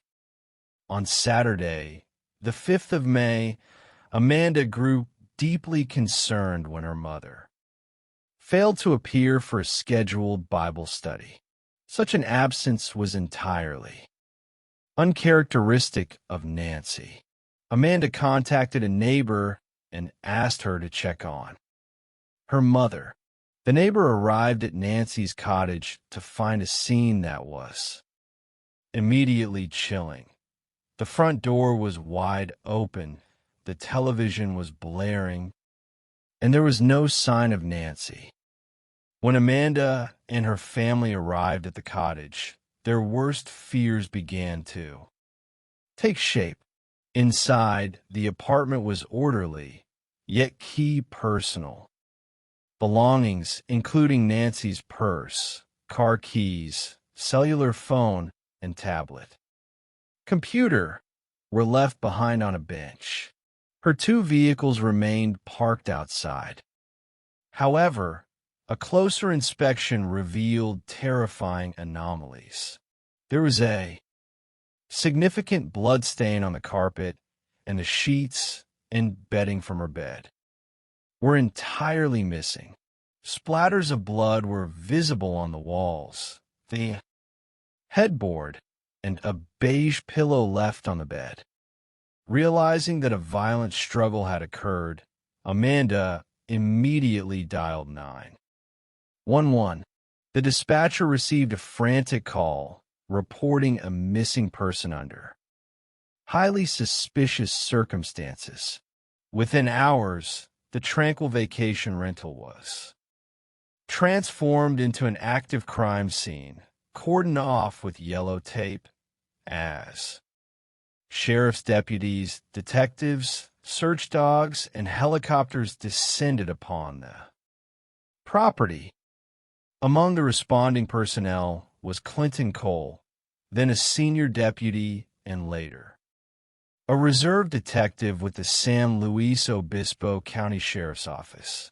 Upon arriving at the secluded property, Detective Cole met with the initial responding deputies, who confirmed that the interior of the cottage suggested a violent abduction. There were no signs of forced entry at the open front door, indicating that the perpetrator may have either known Nancy or approached her in a manner that did not initially cause alarm. The immediate challenge facing investigators was the sheer size of the suspect pool. More than 20 wedding guests were staying in the large main house, mere feet away from Nancy's studio. In any investigation of this nature, detectives must systematically evaluate and eliminate those closest to the scene. The possibility that an out-of-town visitor, perhaps fueled by the festivities of a wedding weekend, had committed a crime of opportunity could not be overlooked. As the wedding guests returned to the property from their events, they were met by law enforcement and informed that they could not enter the residence, which was now a secure crime scene. The atmosphere became chaotic and emotional. The bride, who was staying in the guest cottage directly adjacent to Nancy's studio, sharing a single common wall, was horrified. She explained that she had retired to bed around 11:15 on Friday night and had used earplugs to sleep, hearing absolutely nothing during the night.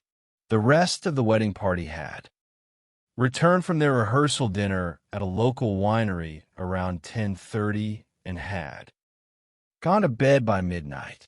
None of the 20-plus guests reported hearing any screams, vehicular movement, or signs of struggle. Investigators did, however, locate physical clues on the driveway outside the cottage. Detective Cole noticed 2 fresh tire tracks that had pulled close to the entrance, alongside scuffle marks in the dirt, suggesting a physical altercation where someone had been dragged against their will.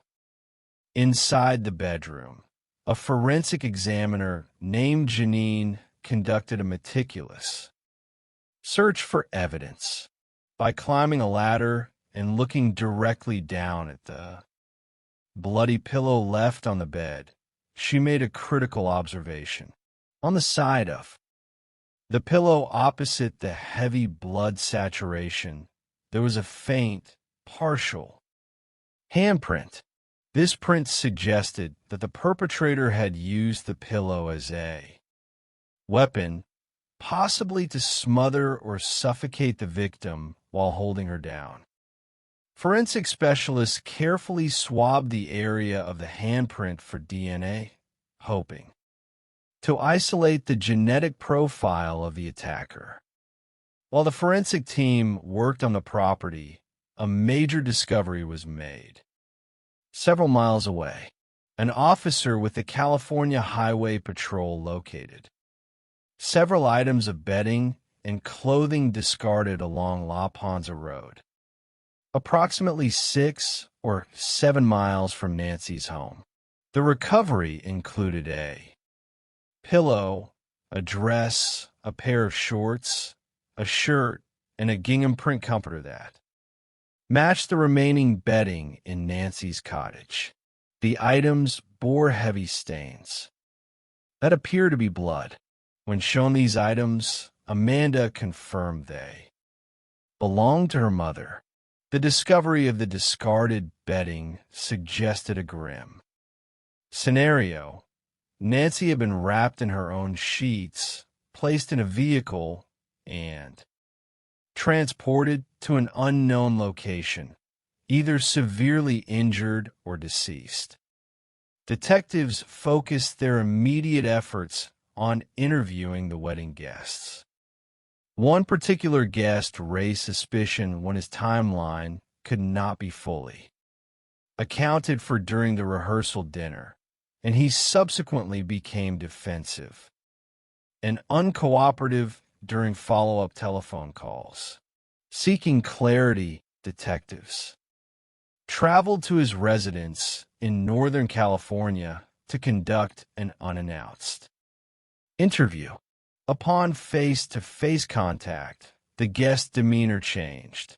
He became cooperative, explained his prior frustration, and provided photographs showing his presence at the rehearsal dinner, which successfully established his alibi.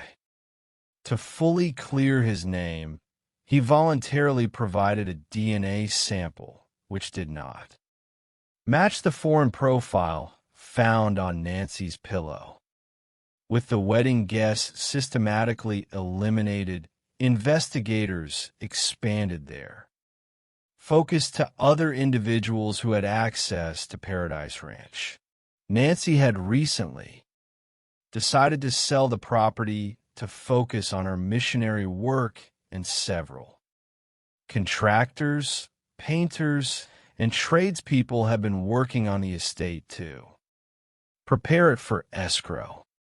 Among the names found in Nancy's records was Sean Bloom, a general contractor, who had recently been fired by Nancy following a heated dispute over the quality of his work and outstanding payments.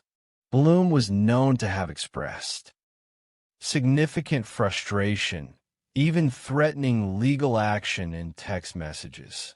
When interviewed, Bloom did not conceal his dislike for Nancy, but he cooperated with the investigation and eventually submitted a DNA sample.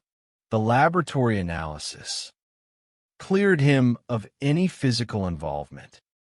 Another name in Nancy's notes was Carlo Fuentes Flores, a 39-year-old painter who had been hired to stain the decks and trim of the main house. When initially contacted by telephone, Carlo was exceptionally polite, friendly, and cooperative. He recalled working on the property, spoke warmly of Nancy, and even mentioned that she had kindly given him a tamale to thank him for his hard work. There was nothing in his initial interview or his background to suggest a propensity for violence. He had no criminal record in either the United States or Mexico, was a married father, and was described by his long-term employer as a highly skilled, courteous, and dependable professional. As the days turned into weeks, the investigation began to stall. Search and rescue teams, utilizing helicopters, dogs, and volunteer groups, scoured the rugged terrain, culverts, and nearby riverbeds, but no sign of Nancy was found. Amanda and her family clung to the hope that Nancy, a known fighter, was somehow still alive. In their search for a breakthrough, the San Luis Obispo County Sheriff's Office decided to utilize a cutting-edge investigative tool that was highly novel at the time, a Google geofence search warrant. By establishing a virtual perimeter around Paradise Ranch and requesting data for the specific hour surrounding Nancy's disappearance, investigators hoped to identify any cellular devices present at the scene. A critical point of reference for their timeline was a failed 911 call Telephone records revealed that a call to emergency services had been placed. From Nancy's billing account at precisely 12:17 in the morning on Saturday, the 5th of May, the call had lasted for 0 seconds, indicating it had been terminated almost instantly. This provided a precise timestamp for the initial assault. When Google returned the geofence data, investigators carefully analyzed the results. They identified several devices belonging to the sleeping wedding guests, which they quickly bypassed. However, as they zoomed in on Nancy's specific studio cottage, they discovered a device pinging inside her walls at 1:33 and again at 1:52 in the morning. This device was active during the exact window when Nancy is believed to have been abducted. A subsequent search warrant for the subscriber information of that specific device yielded a name that sent shockwaves through the department: Carlo Fuentes Flores. The revelation forced investigators to reevaluate the mild-mannered painter. While his public persona was that of a polite, hard-working family man, a deeper forensic analysis of his digital footprint revealed a vastly different private life. Investigators discovered that Carlo's search history was filled with queries for specific adult content, particularly involving older women as well as searches for escorts in various cities. Furthermore, his phone contained numerous self-shot videos of encounters with different women, revealing a secret life of excessive drinking, infidelity, and sexual fixation. His employer later confirmed that Carlo had been demonstrating increasingly erratic behavior, drinking heavily and borrowing money for trips to Las Vegas. Despite the geofence hit, detectives needed definitive physical evidence to secure an arrest, as a defense attorney could argue that Carlo had simply lost or lent his phone. They initiated surveillance on Carlo, utilizing a specialized unit. When Carlo went to a local restaurant for lunch with his wife, investigators watched him drink from a plastic Coca-Cola bottle. After he left the restaurant, deputies recovered the discarded bottle from the table, a lawful acquisition of abandoned property in a public space. The bottle was rushed to the forensic laboratory for DNA testing. The results were conclusive. The DNA profile from the Coca-Cola bottle matched the male profile found within the bloody handprint on Nancy's pillow.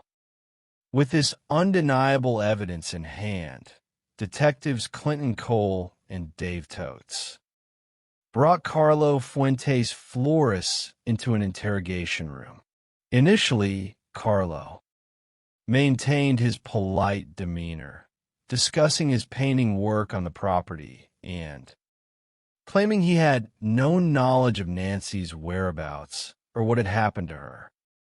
However, as the detectives systematically presented their knowledge, demonstrating that they knew he had returned to the property in the middle of the night, the pressure began to mount. When they finally revealed that they possessed his DNA from the crime scene, Carlo's physical posture collapsed. He realized the facade had shattered. In a state of visible distress, Carlo began to confess, though his initial statement was an attempt to minimize his culpability. He claimed that he had returned to Paradise Ranch after midnight to retrieve a ladder for his next job. While backing up his vehicle, he claimed he accidentally struck Nancy, who had walked behind his truck. He alleged that he carried her inside the cottage to help her, where she subsequently collapsed, and that the entire incident was a tragic accident. Detectives immediately challenged this narrative, pointing out that an accidental vehicular strike does not explain a sexual assault or the extensive blood spatter inside the bedroom.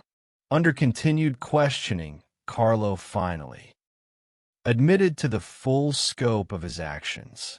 He confessed that he had traveled to the property with the explicit intent of sexually assaulting Nancy, having misinterpreted her casual kindness and hospitality as flirtation. He admitted to entering her home, physically assaulting her to subdue her, raping her, and ultimately suffocating her with a pillow to prevent her from identifying him to the police. He also confirmed that he had wrapped her body in the bedding, which later blew out of his truck bed as he fled the scene. In a remarkable turn of events during the interrogation, Carlo offered to lead detectives to the location where he had hidden Nancy's remains. He was placed in a vehicle and directed investigators on a drive lasting more than an hour, traveling east from Paso Robles toward the remote, arid landscape of the Carrizo Plain. The search in the vast, grassy wilderness was challenging. Carlo's memory of the exact location was hazy, and he stopped at several sites without success. The temperature was dropping, and anxiety grew among the search party. Finally, at a subsequent location, Detective Cole spotted a small, unnatural pile of rocks, stacked in a circle. Upon closer inspection, the grim reality was discovered. The scattered, skeletal remains of Nancy Woodrum, which had been subjected to significant animal activity. Upon seeing the sight, Carlo fell to his knees and began to weep, expressing contrition and asking the detectives to apologize to his family on his behalf. Following his formal arrest, Carlo wrote an apology letter to Nancy's family and his own. Although he subsequently entered a plea of not guilty, his defense team faced an insurmountable mountain of evidence, including his recorded confessions and recorded jailhouse telephone calls to his wife in which he admitted to his actions. The defense attempted to suppress his confession, arguing that because Carlo was a native Spanish speaker, his Miranda warnings should have been administered in Spanish. However, the prosecution demonstrated that Carlo spoke excellent English, communicated with his wife in English, and had clearly indicated his understanding of his rights during the interview. The judge denied the motion to suppress in January of 2022, rather than proceeding with a lengthy public trial. Carlo agreed to a slow plea. The prosecutor presented the comprehensive evidence to the judge, who subsequently found Carlo Fuentes Flores guilty of first-degree murder with the special circumstance of committing the murder during a rape and burglary. He was sentenced to life in prison without the possibility of parole. His subsequent appeal was officially denied in July of 2023. For Amanda, and her family, the recovery of Nancy's remains, and the finality of. The sentence brought a measure of peace, though the void left by her absence could never be filled. Today, Amanda continues her mother's legacy, writing Horses with her own daughter and remembering Nancy not for the tragedy of her death, but for the beautiful, generous life she lived.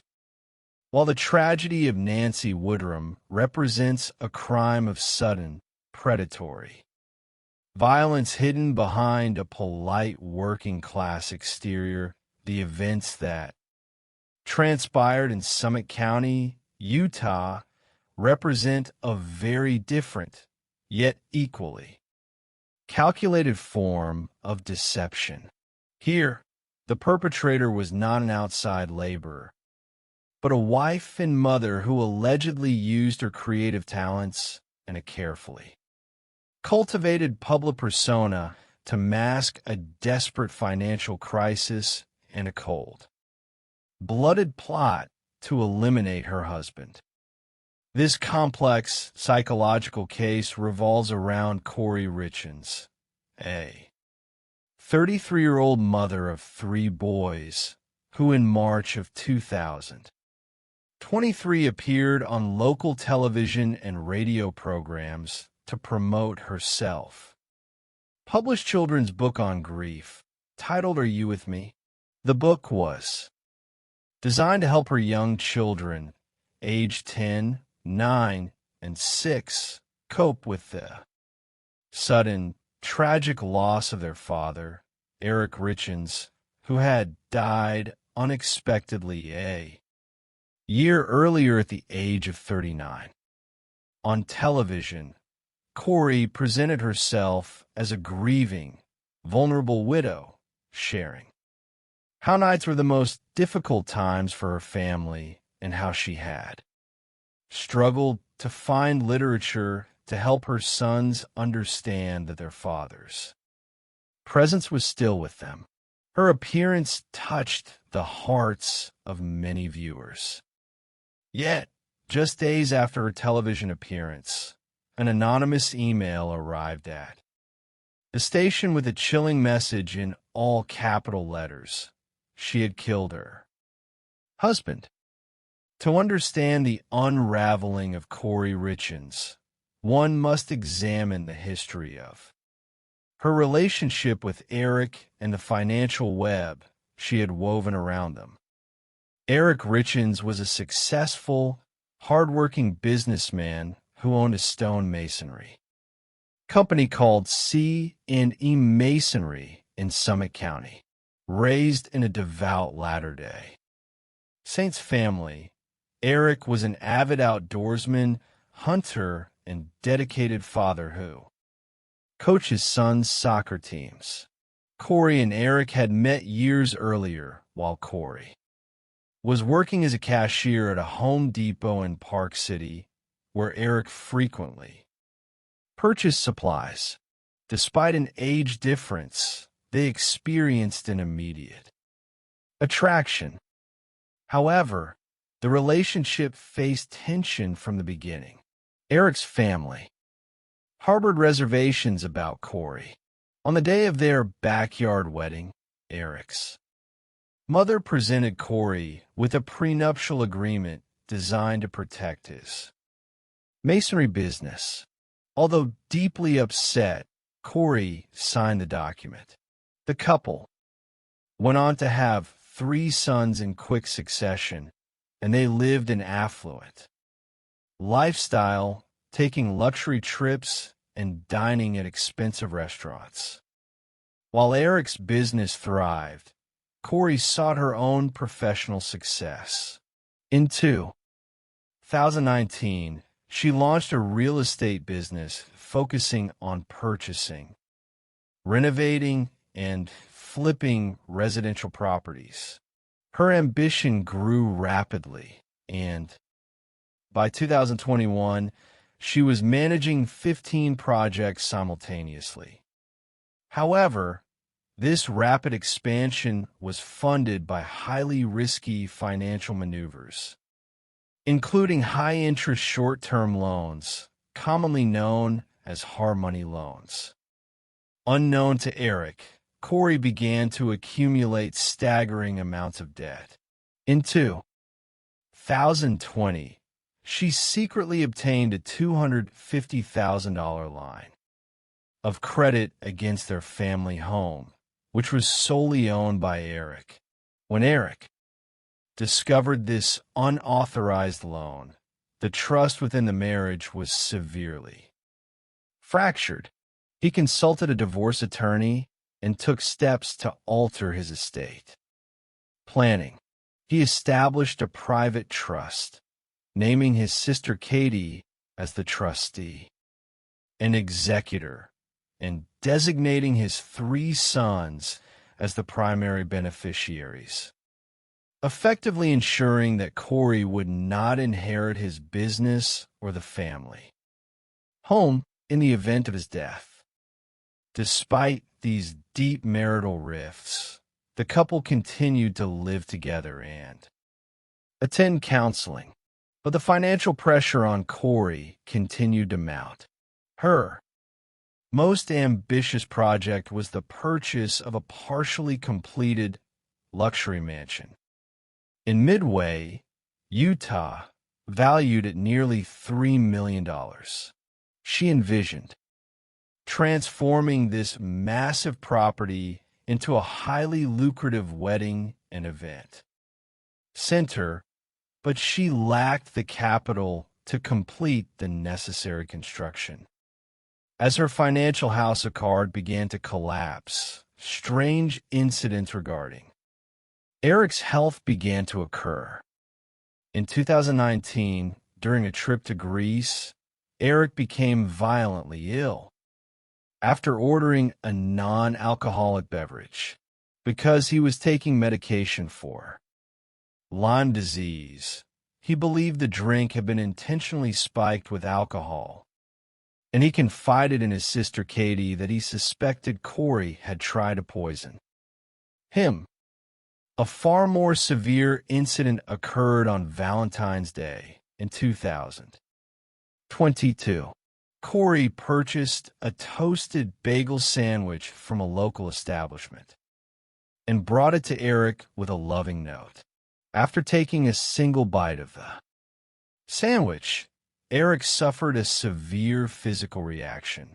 He broke out in hives, struggled to breathe, and was forced to administer his son's epinephrine injector and take heavy doses of antihistamines before falling into a deep sleep. He later texted a friend, stating that he believed his wife had tried to poison him, writing, "You almost lost me this time."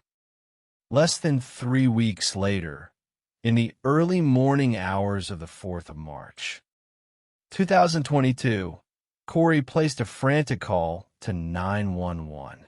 She reported that she had been celebrating a major real estate transaction with Eric earlier that evening, during which she had prepared him a mixed alcoholic drink. She claimed she then went to sleep in her son's bedroom because the child was experiencing night terrors, and when she returned to her own bedroom around 3 in the morning, she found Eric cold to the touch and unresponsive. First responders arrived to find Eric on the floor of the bedroom. Despite administering cardiopulmonary resuscitation, he was pronounced dead. Paramedics noted that Eric appeared to have been deceased for several hours before. Emergency services were contacted, and they observed an unusual amount of blood discharge, which initially led to speculation that he had suffered an internal hemorrhage or aneurysm. A mandatory forensic autopsy, however, revealed a far more sinister truth. The toxicological analysis determined that Eric had died from an acute overdose of fentanyl. The concentration of the drug in his system was more than 5 times the lethal limit, and the analysis confirmed that it was illicit, non-medical grade fentanyl rather than a pharmaceutical prescription. Because Eric had no history of substance abuse or recreational drug use, the finding triggered a comprehensive homicide investigation. The Summit County Sheriff's Office, led by Detective Jeff O'Driscoll and other investigators, began to dissect the final months of Eric's life. At the same time, the family's private investigator began analyzing telephone records, which revealed a highly active channel of communication between Corey and a woman named Carmen Lauber. Lauber was a local housekeeper who had worked for Corey's real estate business. She also possessed a criminal record involving drug offenses. When authorities executed a search warrant on Lauber's residence, they discovered drug paraphernalia and, significantly, a copy of Eric Richen's obituary taped to a mirror. Faced with severe drug and firearm charges, Lauber agreed to cooperate with the prosecution. She revealed that in early 2022, Corey had contacted her, asking her to procure strong prescription pain medication for an investor who had suffered back injury. Lauber admitted that she had obtained hydrocodone pills and delivered them to Corey. Shortly thereafter, Corey contacted her again, requesting something stronger, specifically asking for some of that cold, hard stuff, which Lauber understood to mean fentanyl. Lauber purchased several fentanyl pills from a local dealer named Robert Crozier and delivered them to Corey's home, receiving a cash payment. The timing of these transactions was damning. Telephone records showed intense text message activity between Corey and Lauber on the day of the Valentine's Day sandwich incident, and again on the 26th of February, just days before Eric's fatal overdose. As investigators dug deeper into Corey's digital records, they uncovered a secondary, highly compelling motive.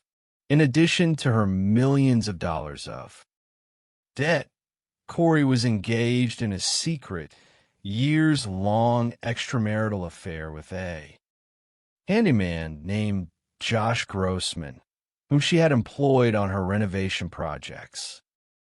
Text messages between Corey and Grossman revealed a deeply intense relationship. Corey expressed her desire to build a future with Grossman, writing that she wanted to divorce her husband and acquire millions of dollars to purchase the Midway Mansion, where she and Grossman could live in the guest house, operate the event center, and raise a family. In a message sent less than 48 hours before Eric's death, Corey urged Grossman to hang in there until Friday, promising that life was going to be different. On the 8th of May, 2023, Corey Richens was officially arrested and charged with aggravated murder and multiple counts of possession of controlled substances with the intent to distribute. The arrest of the grieving children's book author became a sensation, drawing intense national media attention. While awaiting trial in the Summit County Jail, Corey's legal troubles deepened. During a routine search of her cell, corrections officers discovered a handwritten for page letter hidden within her personal belongings. The letter, which began with the phrase "walk the dog," was addressed to her mother and contained explicit instructions for her brother, Ronnie. In the letter, Corey instructed her mother to tell Ronnie to testify that Eric had obtained pain pills and fentanyl from workers at his family's cattle ranch in Mexico, suggesting that Eric's death was a self-inflicted accidental overdose. The prosecution immediately filed additional charges of witness tampering, presenting the letter as powerful evidence of consciousness of guilt. Although Corey's defense team argued that the letter was a piece of creative writing for a fictional manuscript, the legal implications were severe. Shortly thereafter, her initial defense attorney withdrew from the case due to a conflict of interest, and she was assigned new public defenders, Kathy Nestor and Wendy Lewis. The highly anticipated trial of Corey Richens commenced in a packed courthouse near Park City, Utah. The prosecution presented a meticulous case over 13 days, calling forensic accountants to detail Corey's extreme financial distress, medical examiners to confirm the lethal dose of fentanyl, and friends who testified to Corey's growing resentment toward her husband. One associate testified that during a holiday gathering, Corey had remarked that she felt trapped in her marriage and that she would be better off if Eric were dead. The prosecution's most dramatic moment came when they called Josh Grossman, Corey's former lover, to the stand.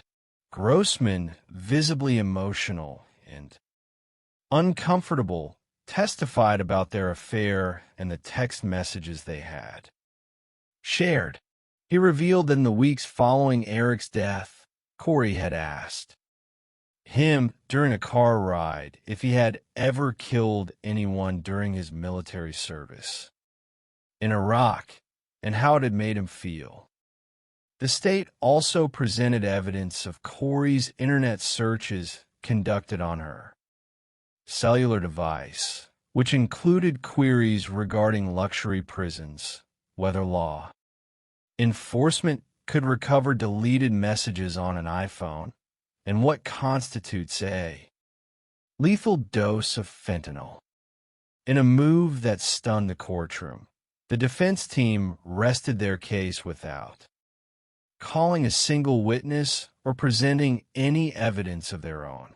They argued during closing statements that the prosecution had failed to meet the burden of proof, emphasizing that there was no direct physical evidence showing how the fentanyl was actually administered to Eric on the night of his death.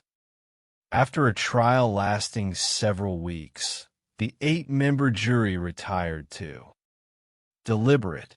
In just under 3 hours, they returned with a unanimous verdict. Corey Richens was found guilty of aggravated murder and all remaining charges. The conviction brought a profound sense of relief to Eric's family, who had endured years of public spectacle while mourning the loss of a devoted father and brother. For the 3 young boys at the heart of this tragedy, the cost was immeasurable. Having lost their father to violence, they also lost their mother, whose parental rights were terminated, leading to their adoption by Eric's sister. When we analyze the psychology of these 2 perpetrators, we observe a striking contrast in their profiles, yet a shared pathology of extreme self-interest and disregard for human life. In the case of Carlo Fuentes Flores, we see a classic example of a compartmentalized life. To his family, employer, and community, he was a polite, hard-working craftsman. But beneath this controlled exterior lay a toxic mix of substance abuse, sexual entitlement, and a hidden fantasy life that he kept, entirely separate from his daily reality. When presented with Nancy's gentle, maternal hospitality, his distorted perception transformed her kindness into an invitation. When his advances were rejected, his sudden escalation to lethal violence revealed the true depth of his entitlement and his willingness to destroy a life to preserve his own freedom. In contrast, Corey Richins represents a highly calculated, instrumental style of offender. Her actions were driven not by a sudden impulse, but by a prolonged, systematic attempt to solve her financial and romantic problems through murder. She used her intelligence, her business acumen, and her creative skills to construct an elaborate facade of success and, later, of grief. To write a children's book about coping with the loss of a parent dedicated to the very husband she had poisoned represents a level of psychological dissociation and manipulation that is rarely seen. She believed that her charm and her public persona would insulate her from suspicion, failing to realize that the digital and financial trail she left behind would eventually dismantle her carefully constructed world. Ultimately, both cases stand as a testament to the dedication of the investigators, forensic scientists, and prosecutors who refuse to accept superficial explanations. Through the innovative use of geofencing, meticulous financial auditing, and rigorous toxicological analysis, law enforcement proved that no matter how carefully a perpetrator constructs their facade, the truth possesses a relentless momentum of its own. The memory of Nancy Woodrum and Eric Richins lives on, not through the dark actions of those who harmed them, but through the enduring love of their families, the resilience of their children, and the triumph of justice over deception. In the study of criminal psychology, we are often confronted with an unsettling truth that the most profound darkness frequently cloaks itself in the mundane, the beautiful, and the seemingly innocent. To understand a crime, one must look beyond the immediate violence and peer into the quiet corners of the human mind, analyzing the subtle fractures in character that eventually lead to catastrophic actions. True justice is rarely a matter of swift, dramatic revelations. Instead, it is the result of meticulous, patient investigation, a slow piecing together of fragments left behind, and a deep, empathetic commitment to honoring the lives of those who were taken. Our journey into the depths of these psychological mysteries begins in the scenic, rolling hills of Paso Robles, California. Nestled halfway between the bustling metropolises of San Francisco and Los Angeles, Paso Robles is a community defined by its natural splendor. Known historically as El Paso de Robles or the Pass of the Oaks, This region is characterized by its majestic oak trees, golden pastures, and world-class vineyards. It is a place that many would describe as a fairy tale setting, where people seek retreat from the chaotic pace of modern life. Yet down the winding path of El Faro Road amidst this pastoral beauty, a deeply troubling event unfolded that would shake this close-knit community to its core. At the center of this quiet valley lived Nancy Woodrum, a 62-year-old woman who was widely regarded as a pillar of warmth and kindness in Paso Robles. Since the passing of her husband several years prior, Nancy had lived alone in her ranch-style home, surrounded by her beloved horses and the tranquil beauty of the countryside. In town, she ran a popular salon named The Strand, where she did far more than style hair. Nancy possessed a rare and generous gift for connection. She welcomed everyone with open arms, offering a sympathetic ear, a warm smile, and a genuine spirit that made her clients feel like family. This capacity for love was a trait she shared deeply with her daughter, Amanda, who worked alongside her. Nancy was also a woman of profound faith.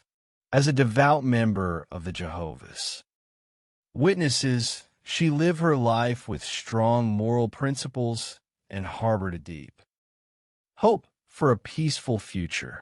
Her faith was not merely a private comfort, but a guiding force that inspired her to share her beliefs and her home with others. In 2006, Nancy and her late husband, Robert, a contractor, had purchased the property on El Faro Road. It was a fixer-upper that they transformed through years of hard labor into a beautiful estate featuring a two-story Victorian home with wraparound porches shaded by a graceful willow tree. Nancy named this beloved property Paradise Ranch, reflecting her spiritual hope.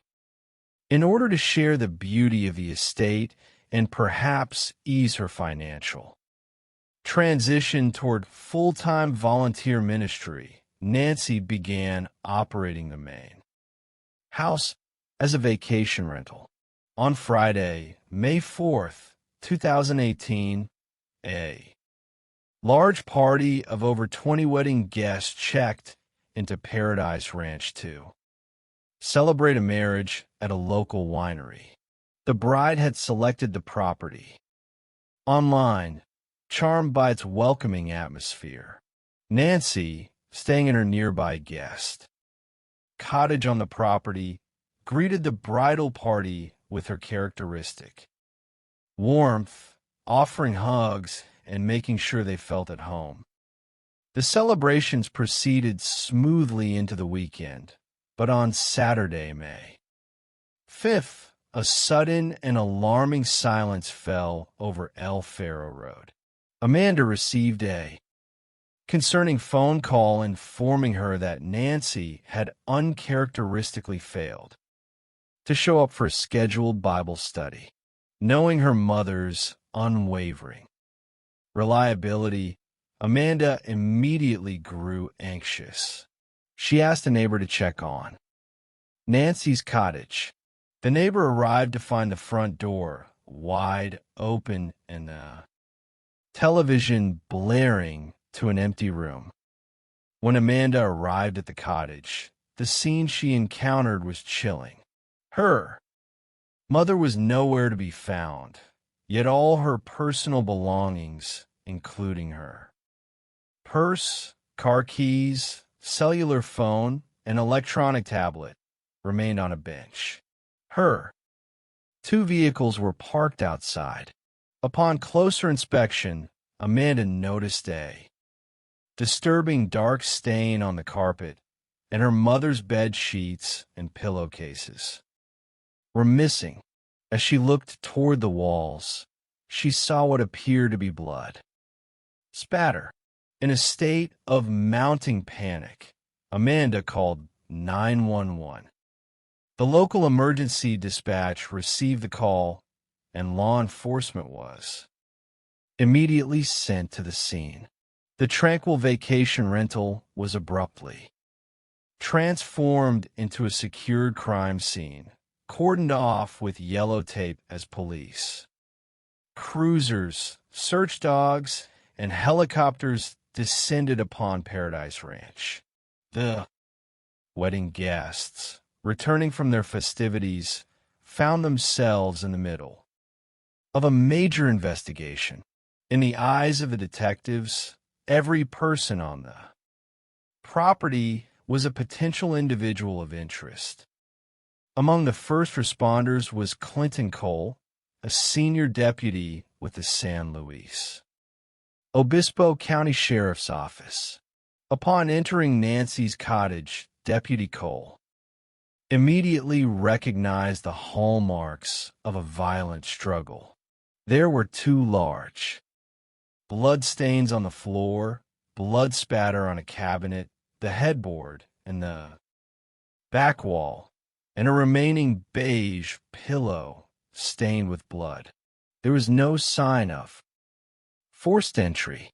To a trained investigator, the physical evidence spoke clearly.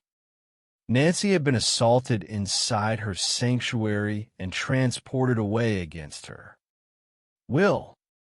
As the search for Nancy intensified, a crucial discovery was made by an officer with the California Highway Patrol, approximately 6 miles away along the secluded shoulder of La Ponza Road. Several items of bedding and clothing had been discarded.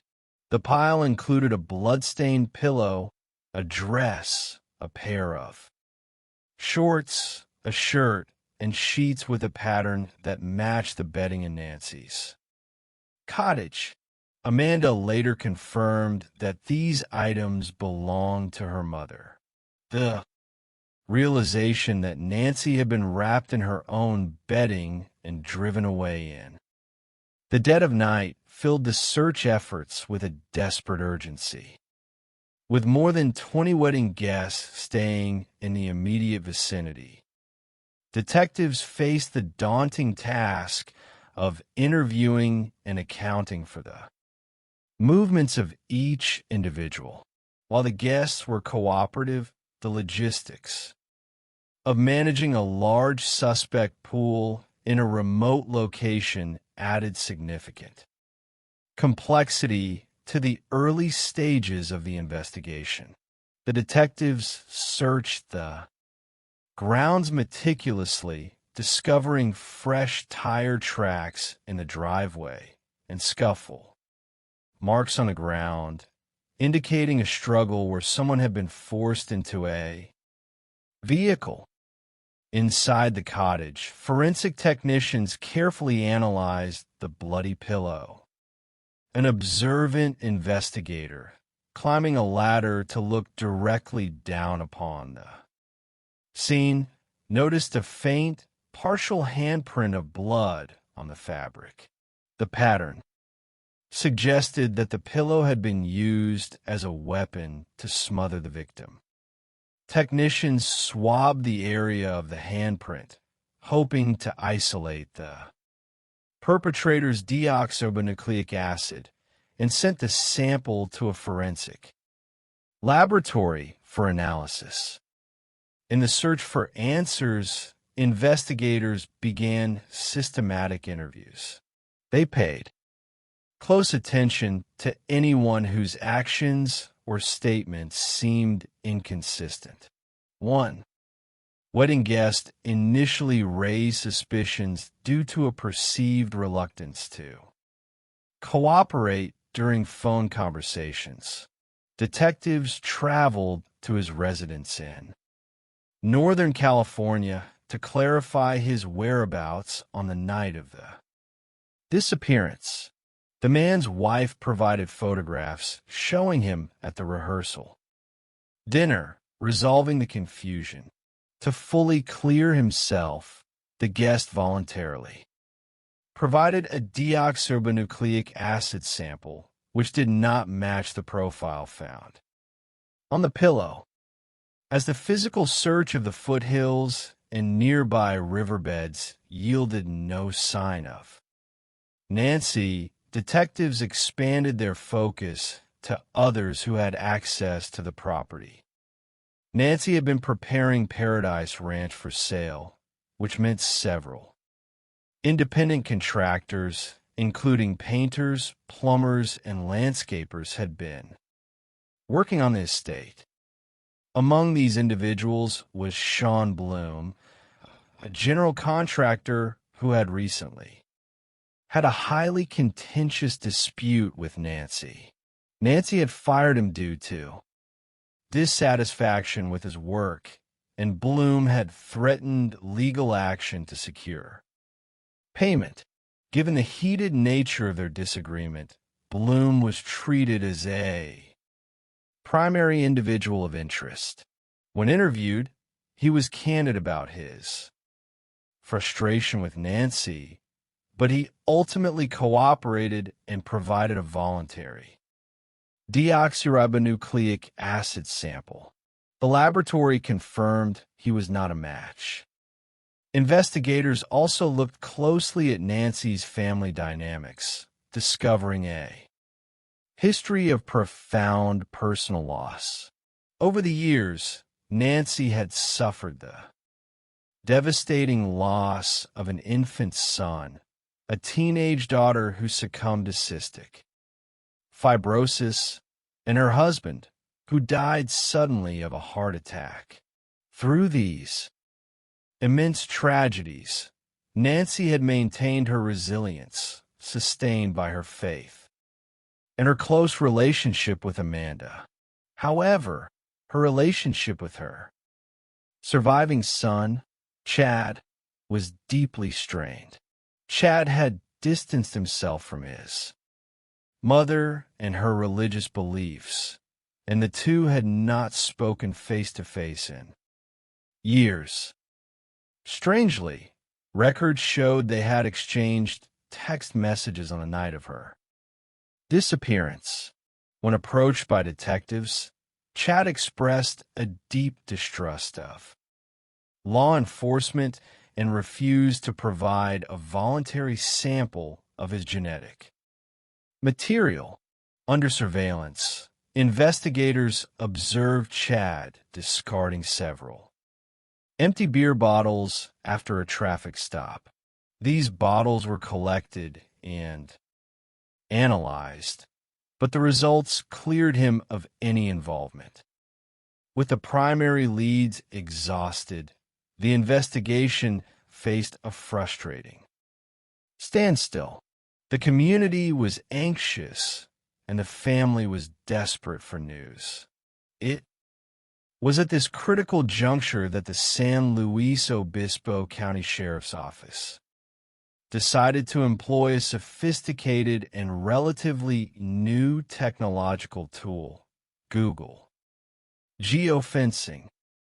By securing a search warrant for Google location data within a virtual boundary around Paradise Ranch during the specific hours surrounding Nancy's disappearance, investigators hoped to identify any mobile devices present at the scene. The timeline had been narrowed down thanks to a crucial forensic discovery. Telephone records revealed that a 911 call had been attempted from Nancy's phone at 12:17 in the morning, only to be abruptly terminated after 0 seconds. This indicated that the perpetrator had likely confronted Nancy at that exact moment. When the geofence data returned from Google, detectives began the painstaking process of filtering out the devices belonging to the wedding guests. Amidst the data, they isolated a single unknown device that had actively pinged within the immediate vicinity of Nancy's cottage at 1:33 and 1:52 in the morning. This was hours after the attempted 911 call, a time when no authorized person should have been on the property. A subsequent warrant for subscriber information associated with that specific device revealed a name that sent a jolt of recognition through the investigative team. Carlo Fuentes Flores. Carlo Fuentes Flores was a local painter who had been hired to perform cosmetic work on the exterior of the estate. He had been interviewed briefly during the initial sweep of contractors, during which he had been polite, cooperative, and seemingly entirely uninvolved. He had spoken warmly of Nancy, recalling how she had praised his work ethic and even gifted him a homemade tamale. He seemed to be a family man, a devoted father, and a skilled tradesman with no prior criminal record in either the United States or Mexico. Yet, the digital footprint placed his phone at the exact location and time of the crime. To build an airtight case, detectives began a deep analysis of Fuentes Flores' digital life. A forensic examination of his search history revealed a stark contrast to his polite public persona. Beneath the facade of a quiet family man lay a hidden life marked by compulsive searches for adult content involving older women, as well as transactions with escorts. Given that Nancy was significantly older than Fuentes Flores, this pattern offered a potential psychological motive that had previously been invisible to investigators. The surveillance team followed Fuentes Flores to a local restaurant where he dined with his wife. When he departed, investigators retrieved a discarded plastic bottle he had used. The laboratory extracted a genetic profile from the bottle and compared it to the sample obtained from the bloody handprint on the pillow. It was an identical match. On the morning of his arrest, detectives brought Fuentes Flores into an interrogation room. Initially, he maintained his cooperative demeanor, recounting his work on the property and claiming he had no knowledge of Nancy's fate. Detectives carefully guided him through his narrative, allowing him to establish statements that they could immediately disprove with their evidence. When the investigators finally revealed that they possessed undeniable scientific proof of his presence in Nancy's bedroom, Fuentes Flores' composure collapsed. He began to cry, stating that he had made a terrible mistake. He initially attempted to minimize his culpability, presenting a highly improbable scenario. He claimed he had returned to the ranch in the middle of the night to retrieve a ladder, accidentally struck Nancy with his vehicle in the dark, and carried her inside to help her. Detectives calmly but firmly dismantled this fabrication, pointing out the inconsistencies between an accidental vehicular collision and the extensive blood spatter and suffocation evidence inside the cottage. Realizing the futility of his lies, Fuentes Flores confessed to the horrific truth. He had returned to the property with the intent of sexually assaulting Nancy forced his way into her home, committed the assault, and subsequently smothered her with the pillow to prevent her from identifying him. In a moment of apparent contrition, Fuentes Flores offered to guide detectives to the location where he had concealed Nancy's remains. The journey led investigators deep into the arid, rugged terrain of the Carrizo Plain, a remote desert area on the eastern edge of the county. After searching several locations, Fuentes Flores began to weep and pointed toward a small, unnatural arrangement of rocks amidst the dry brush. There, detectives discovered Nancy's remains. Following his confession and the recovery of the victim, Fuentes Flores was charged with first-degree murder under the special circumstance of rape.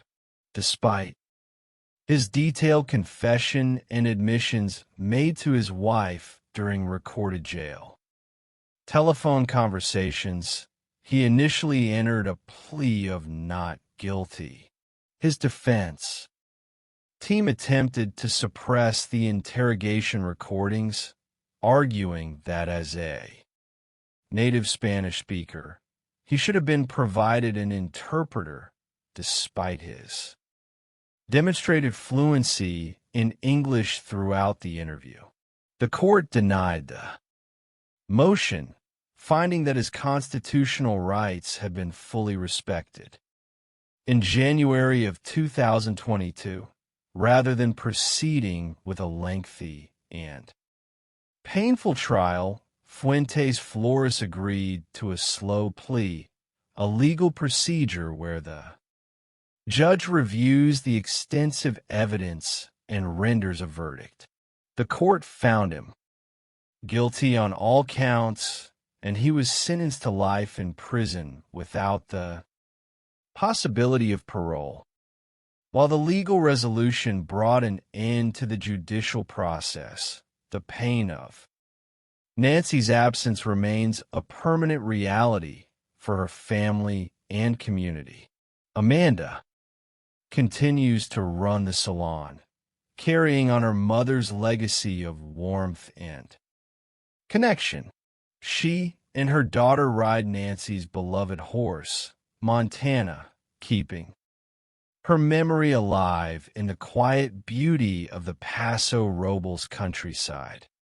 As we transition our analytical focus from the Golden Hills of California to the majestic, snow-capped mountains of Summit County, Utah, we encounter another deeply troubling study in criminal psychology.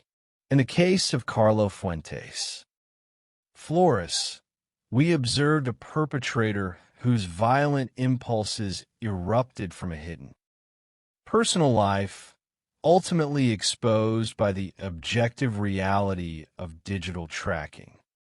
In our next case, we examine a different and perhaps more complex psychological profile, an individual who allegedly sought to construct an elaborate public narrative of grief and tragedy to conceal a calculated and financially motivated crime. The mountain community of Summit County, Utah, is known for its affluent residences, world-class ski resorts, and serene natural environment. It is a place where family values, community solidarity, and professional success are highly esteemed.